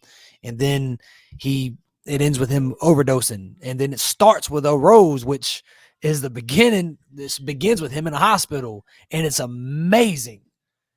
And people shit on this album, which I get it. It's a weak Eminem album. But there's some cuts on this album where I really don't know what people are talking about. Like, I don't get it. And the song before that, the zombie sample, I really like it. I like Vulnerable Eminem. I really like Vulnerable Eminem, and he had that on here. He was playing with the trap sound a little bit on here. It wasn't as good as what he would be doing later. On Kamikaze and Music to Be Murdered By, but like he was playing with that. Yeah, weak album. It's Weak album. a weak album. There's some songs on here I don't like. What's that Be It Black Lives Matter type song he made where the lyrics are really good, but that hook was fucking atrocious. This a Revival is platinum. Oh, Revival went platinum. Man, it's sort of good because it's a good album. Well, it's a weaker Eminem album, but a weaker Eminem album is still a decent album. Yeah, you're right. There is like a Black Lives Matter type. It's great message. And then he has an anti-Trump song with Alicia Keys, which is well intentioned, but it just sounds okay. It sounds okay. It's okay. It's okay. It's good. It's just, you know what I mean? I think at that point he ran to the well a little too many times with these pop beats and the pop star hooks, which, you know what? To his credit, he stopped doing it after this. This was the last. And I also, you know, we talked about the Slim Shady LP, Marshmallow's LP, Eminem Show connection. And the Marshmallow's LP and Marshmallow's LP too. But then you also had the Eminem Show and Encore connection. I like the 3-album stanza of Relapse, Recovery, Revival. I thought that was cool. Yes. Could it have been executed better? Yes. Is this album as bad as people say it is? Fuck no. It's a good album. It's just not a great album. And it's better than Relapse, man. I'm sorry. I'll die on that cross, bro. Like, I'm glad y'all love Relapse, but anyway, yes, I'm sorry. You know how many of these I've seen where Relapse is really high? Yeah. So it's like, this is my turn. Like, this is my turn. This is my turn. You had your turn. You said it was my turn. Kamikaze. M ain't got no B tier album. Damn, no B tier. At least none yet. No, Kamikaze's B tier. That wasn't reactionary either, because I'm gonna explain. Because I love Kamikaze. Kamikaze, much like Recovery was a great moment, Kamikaze was a great moment. You remember when Kamikaze dropped, right, Jay? Yes. Took it stopped. It stopped the game, bro. It did. It did. Stopped the game. It did. It was a surprise album. Mm-hmm. I was wondering when M was going to do a surprise album, because Beyonce did a surprise album, Jay did a surprise album. Like, me being an M fan, I was like, M could do this. M could do a surprise album, and he did, and it really, really set the world on fire, man. I really like it. The Mike Will Made It beats, the Illa, the producer beats, which might be my favorite producer for Eminem today. I really, really like songs on this album. The Ringer, one of my favorite M intros. I remember hearing that on Shade 45 before I listened to the album. The album dropped. I woke up in the morning, my mom called me, and I'm talking to my mom. It's 5 a.m. I'm like, what, mama? And I get a notification. Mama, I gotta go. I get in the car, and Shade 45's playing The Ringer before I even listen to the album. And I'm like, I was so proud to be an Eminem fan at that moment, because he was pissed. I mean, the album is basically a fuck you to everybody who hated Revival. But it worked. It worked. Ringer might be my favorite song on the album. I love Stepping Stone, which is it's basically a song to D12. Basically him taking accountability for D12, the solo members not really blowing up, or the other members not really blowing up solo. Wow.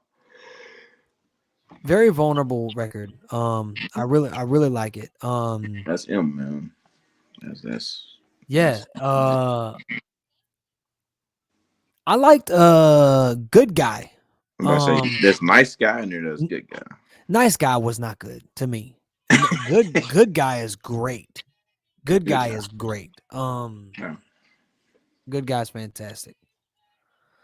I know some people gonna hate on Good Guy because they just don't want to hear. Eminem has so many different fans and that's why Revival ended up being what it was, because he was trying to satisfy all of them. In this album, he really wasn't overthinking it, and he made a very good album. And Nice Guy was him kind of stop, my baby. Stop, my baby. Stop, my baby. No, not right now. I'm on my podcast. Go on my phone. Go to the phone. Go to the phone. I'm gonna take the phone away.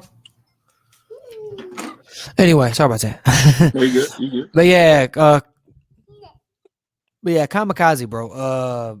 Yep. Very, a lot of good songs on there. You Fall. got the Lucky You joint too. Fall, yeah. Joiner, Fall. yeah, classic shit. Yep. Classic shit, man. Fall is great. Venom had a really good beat. I really like his verses on there. The hook is kind of obnoxious, but Oh yeah,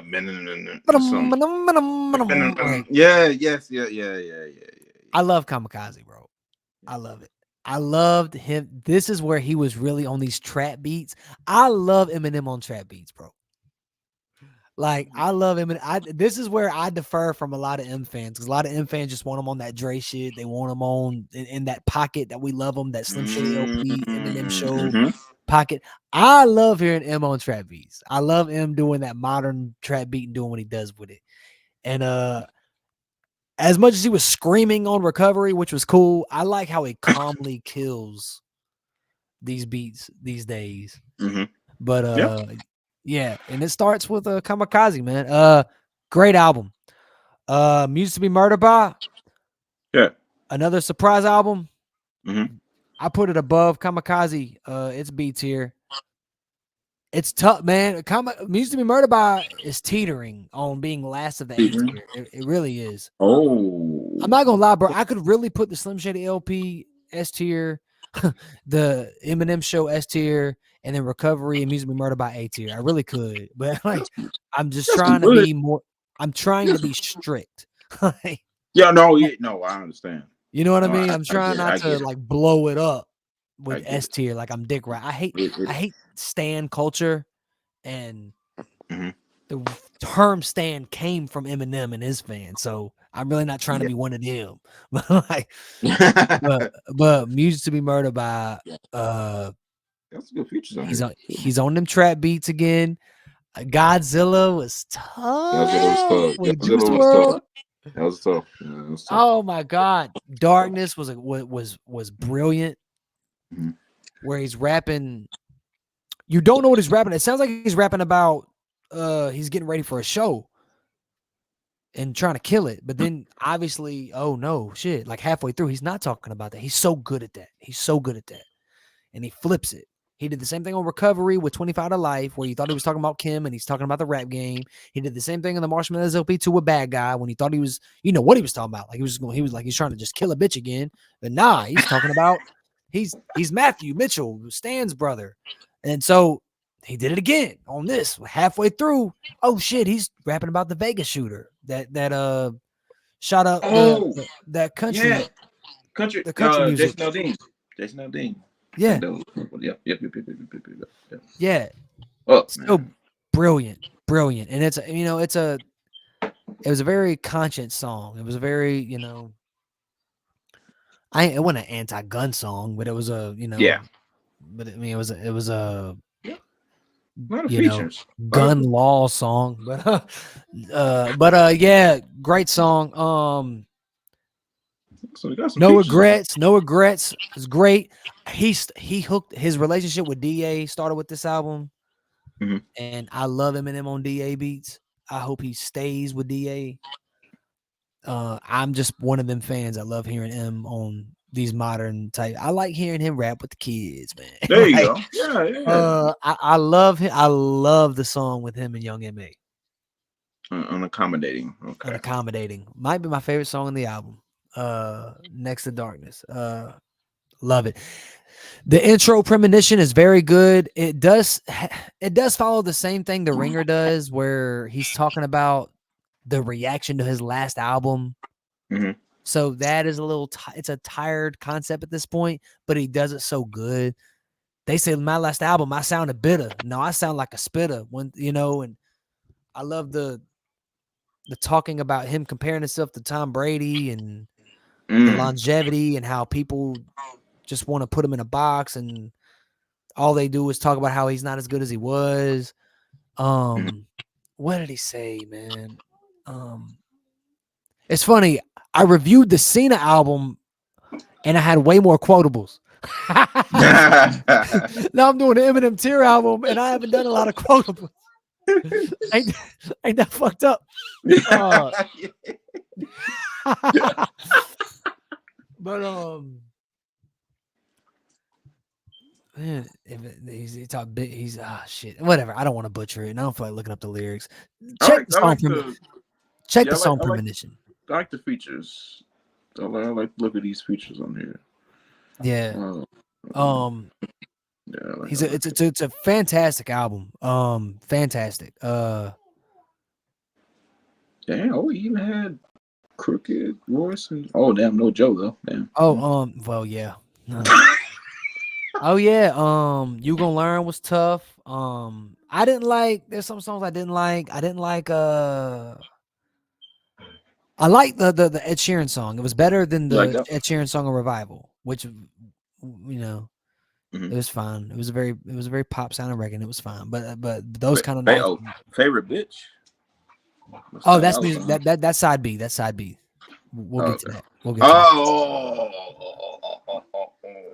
But Used to Be Murdered By, grade A album that is in the B tier. If that makes sense. If eagle-eyed viewers will see that I have Music to Be Murdered By side B behind me. Mm-hmm. And on vinyl. As much as I like it, it is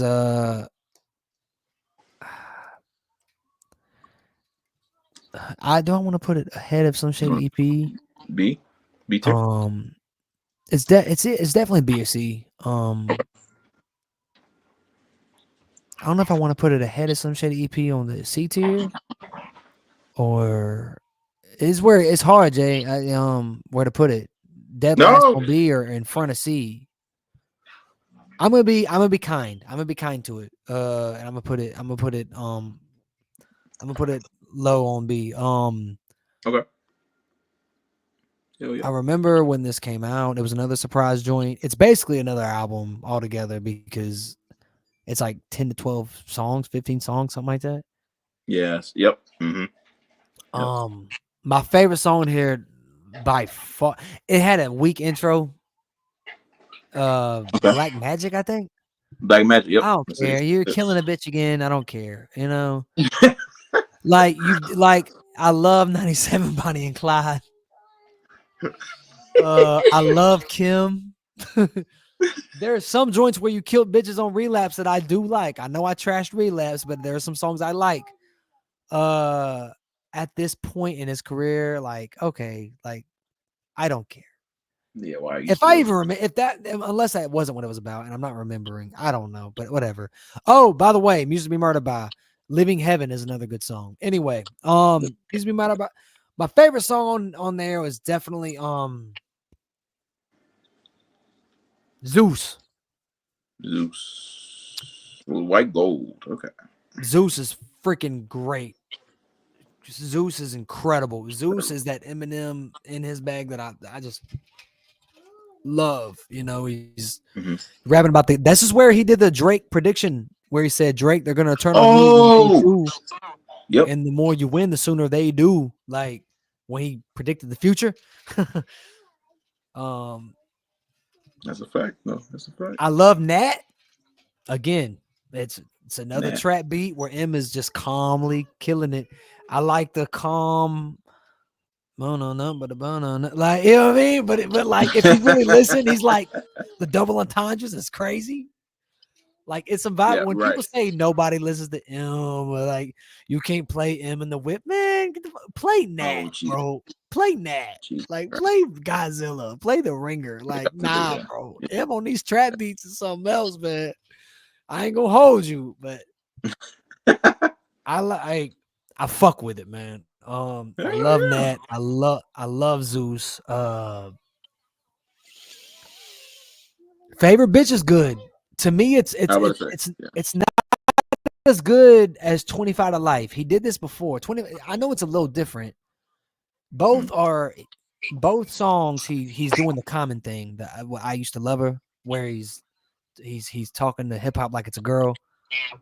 25 to Life. 25 to Life was cooler because you thought he was talking to a girl the whole time until the end. Favorite bitch spells it out a little bit more. And it's cool. I like it. Ty Dolla $ign to me is so good with collaborating. He's an underrated talent, man. Like he's very, very underrated. He has made magic with M. He's made magic with Lecrae. He's made magic with Kanye on some joints. He's one of my favorite collaborators. His pen is everywhere. His pen is crazy. And it really excited me to see him on an M album, and it made for a good song. I really like it. The Guns Blazing song with Dre was cool. Guns Blazing. Oh yeah, I liked it. Yo, what else is on that? Run me by that track list. So you got Black Magic. You got Alfred's theme. Oh, Alfred's theme. Glad you brought that up. I sent you that. Yeah. Yeah. Master class of rap shit, man. Master class. Tone Deaf. Tone Deaf was good. I liked Tone Deaf better than Alfred's theme, even though Alfred's theme had better lyrics. I just like the hook. Yeah, Book of Rhymes. Book of Rhymes. That's the talk shit like a preacher beat. Yes. Yeah, it's basically the same beat as Future's Talk Shit Like a Preacher. Talk Shit Like a Preacher is probably the better song, if I'm being honest. I like the hook. I like the flow of Future, and I like but that doesn't mean just because I say that. Right. Book of Rhymes, I love. Again, I love how M does trap beats. I love his flow on trap beats, and the man. I know I said masterclass already, but I feel like when I'm talking about Eminem, it's okay to say it a few times. It's okay to do it. Yeah. Masterclass of lyricism on and it doesn't ruin the song. Sometimes Eminem. One thing about M, bro, he has to prove from Recovery onward. I feel like he's had to prove that he can rap for some reason. And he has to isn't that crazy to say? Honestly. He's like probably a lot of people's obviously greatest, top 3, top 5, and he still feels hungry enough to prove people like I can still do this rap shit. Yeah. I wish he didn't feel that way sometimes because I love hearing him rap. That's why I've praised songs on here, even from his last few albums. But sometimes I feel like he has to hit people get so caught up in the fast rapping, and that pisses me off because he only does the fast rapping on a part or two of the song just to prove he can do it. And the other is just like different pockets and different flows and different double entendres and punchlines and shit. Yeah, exactly. He's really giving you like crazy shit. Yes. But then all people want to say is, oh God, the fast rap. Like that's all he did. Like that's why sometimes I wish he was just like, bro, you already proved you can rap fast. You do it wonderfully and it's cool. Like there's some songs where it's like Killer is a great song off of Music to Be Murdered by Side B. Great song. Then he does a remix of it with Jack Harlow and Corday. And it's even better. But towards the end, M's rapping fast. And it's like, bro, this beat doesn't even call for that, man. Like you're Eminem, but you don't have to prove yourself. We know you're the fucking best. Like we know, we've seen it.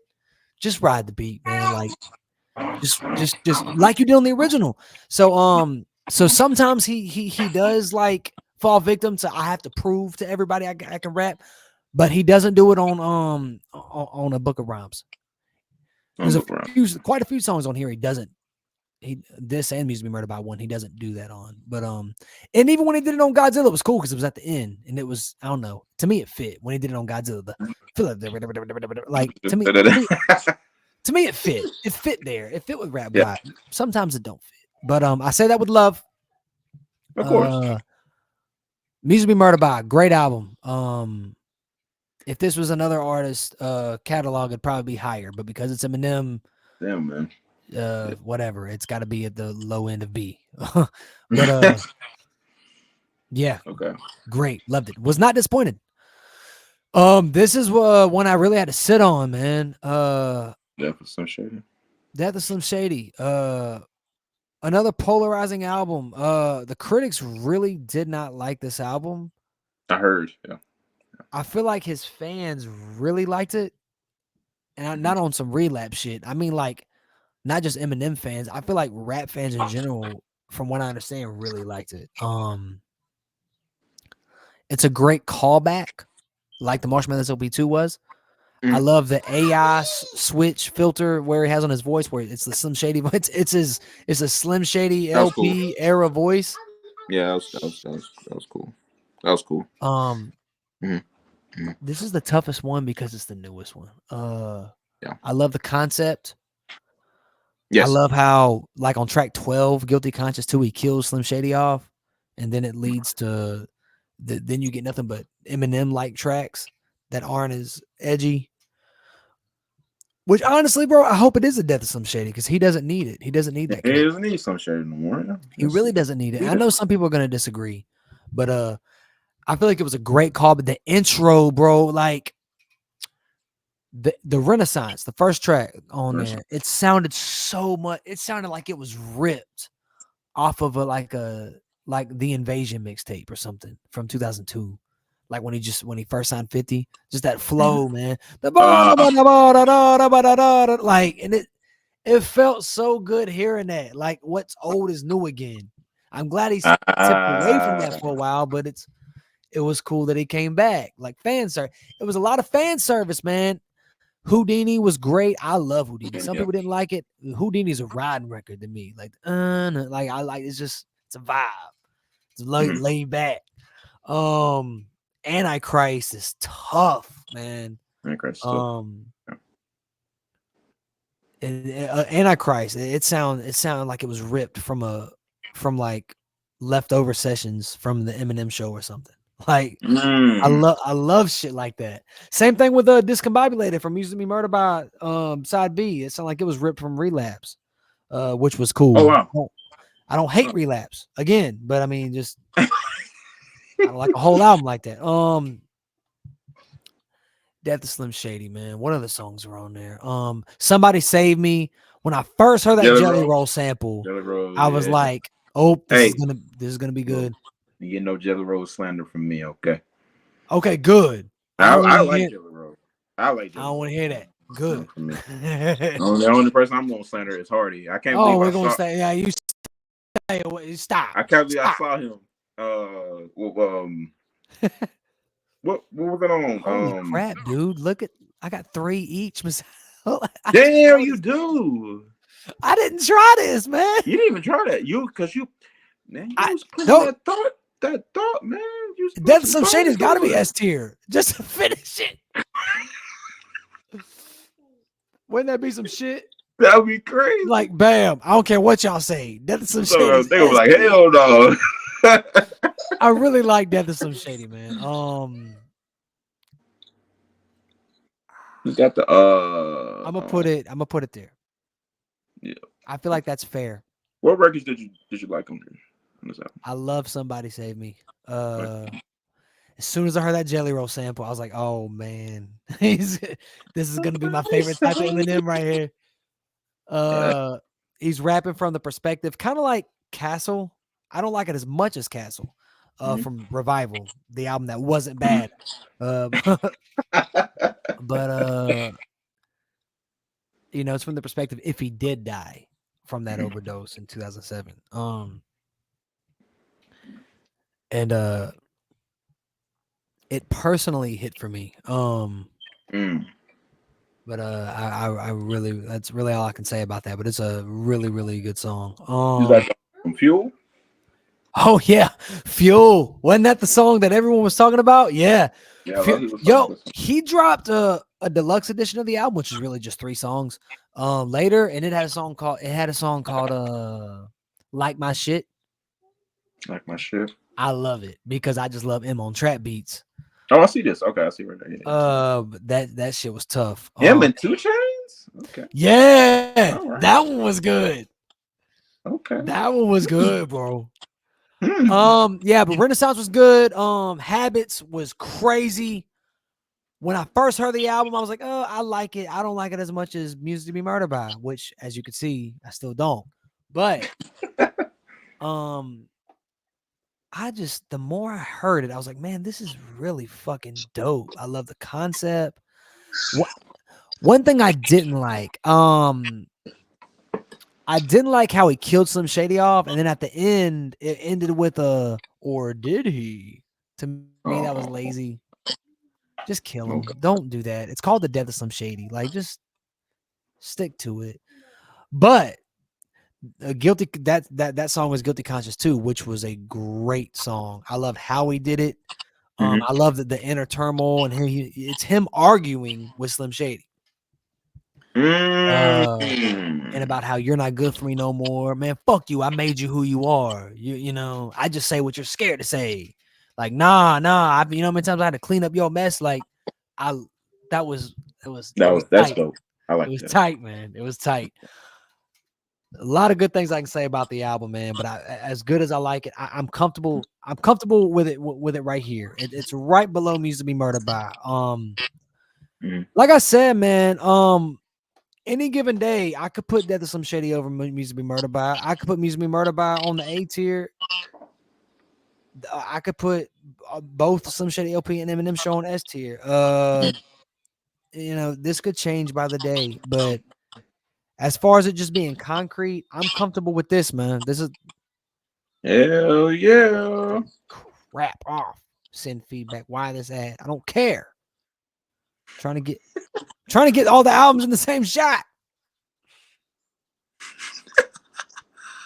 Does that have It's like probably X next to it? No, It's probably an easy way to shrink the screen, and I'm just bad at technical shit. no, you're good. No, you're good. But yeah, this would There we be go. Okay. Hey. Oh damn. yeah, it's whatever.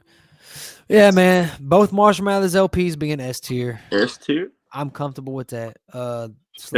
This legendary 2 albums right there. Actually, Mhm. to me, Recovery is diamond selling for a reason. These are Yeah. the 3 diamond selling albums. I'm sorry. Hold on. That's a lie. That's a lie. Does These are he the have a 3 diamond? diamond. He's got 3 diamond albums. The Marshall Oh, Mathers okay. Okay. LP, the Eminem Show, and Recovery are all 3 Okay. diamond. Dope. Hell yeah. And one of Yeah. them are my S tier, and 2 of them are my A tier. See, you were Yeah, strict with your S tier too. yeah, man. You strict with It's it. the only way to be. Yes. I mean, you just don't want to be a dick rider, you know? Everything. Exactly. You don't want to be a dick rider. I mean, I Mm. could Slim Shady LP and Eminem Show both could easily could be on S tier. Right. Yeah. uh, but yeah, man. Death of Slim Shady. I'm comfortable with that being right in the middle of the B tier. It's over Kamikaze, which was a great moment. Yeah. Slim Shady EP. Only thing holding that back is Slim Shady LP was everything it was, but just way more and way cleaner. Mhm. You know, Revival. I defended Revival a little bit. Can't defend it too much, but I defended it. Right. Infinite. I got Infinite over Relapse, man. Honestly, bro. All right, y'all. There. I fixed it. Oh There my, you go. no, Blake. If you feel like What? Infinite is better than I don't. I don't. I okay. don't. I was I'm about to honestly say. thinking about it like, man, I'm going a little too Okay, hard. okay. Yeah. So what are you reorganizing anything else? No, I'm comfortable with everything Okay, else. cool. Yeah. Encore is the ass end.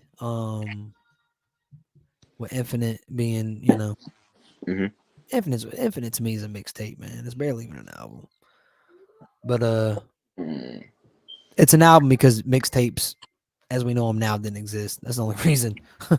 But yeah, man, I'm comfortable with this. This will be my tier. Hell yeah! See, I like your segment more than mine.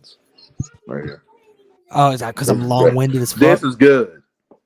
This is good. Because I'm long winded. We're 3.5 you're hours good. in. This is probably a good. I don't know. If it wasn't an hour, it's probably close to it. At least it's probably close to it. I wanted to give honestly, even though I got long winded, I feel like I could have talked a little bit more about some of them. Yeah, man, because M deserved that, man. Like, man. Yeah, man. There is not one, but honestly, bro, there's not one album on here I do not like. See, there you go. Yeah. There really isn't. Even Encore's highlights are better than all of these. All of but the lowlights are just too bad. The lowlights are just embarrassing. They're just cringy, embarrassing. Oh my god, this is your favorite rapper type bad. Like, I don't even feel bad saying that because he said that. Like, you know what I mean? Hey, he said it, yeah. Like he said it. So it's whatever. I'm not breaking ground. But yeah, man. I'm comfortable with this. I think this is pretty definitive. This will represent my my view of it. Yeah. People, please let us know what you think. Yeah. What do you think? What do you think, man? Did he get it right? Tell me how wrong I am. Just something to be low. Just something to be higher, to be lower. Like, just let us know, man. Comment. Let us know. All right, man. Let us know, please. I'm glad we did this. This is Are you? Yeah. Hours. Bro, it was just us. It was the two man. Yo, Shamad left quick like, yo, shit. He said, I'm out this bit. All right, y'all, I'm out. Yeah, on the nerd shit now. But oh my god. No. That'll do it. I gotta get some sleep. I gotta get some sleep. It's midnight over there. Yeah. I can't believe I did this. But whatever. Yo, I knew, bro. I knew. I was like, man, it'd be smart if I just did the M1 in 2 weeks. No, I'm glad you did it. But I was like, man, whatever. You did it. It looks so fun when you did the Future one. Yeah. Like, nah, I want to play. I want to play. I want to play. Yeah, exactly. Might as well do it. I feel like, I mean, we haven't really talked about what a whole lot of. I think when the beef was going on, that was like us talking about it at like its peak, probably. But like, this is like we was really in our music bag. Like this is. Yeah, I really want a J-Rock for that. Yes, it was what it was. I sent him the invite, but he might not have got it. Yeah, it'd been cool if he would have popped up in the middle. What y'all talking about? No. But yeah, this is what Turntables is about, man. Turntables. Yeah. I feel good about it. But all right, man. I'm gonna get off here, bro. Thank y'all for listening. Let us know what y'all think. Tune in next time. If y'all want us to do more tier lists, just let us know. Give us some ideas. They were like, hell no, don't do no more tier lists ever again. Yeah, y'all trash. Bro, oh my god. It's like anytime we did like a tier list on like on TikTok or something, like NBA players, man. You get mad. Yeah, it's like, bro, gonna get mad. Sorry. I don't rate these players higher than you do. Like, yeah. But all right, y'all. Like and subscribe. Like, share, subscribe. We'll see y'all next time. We out. Man, I promise I'ma take it to the peak. I was on fumes, now I'm on full, no pool. I remember when my tank was on E. I swear. Bet on me, bet on me, bet on me, bet on me.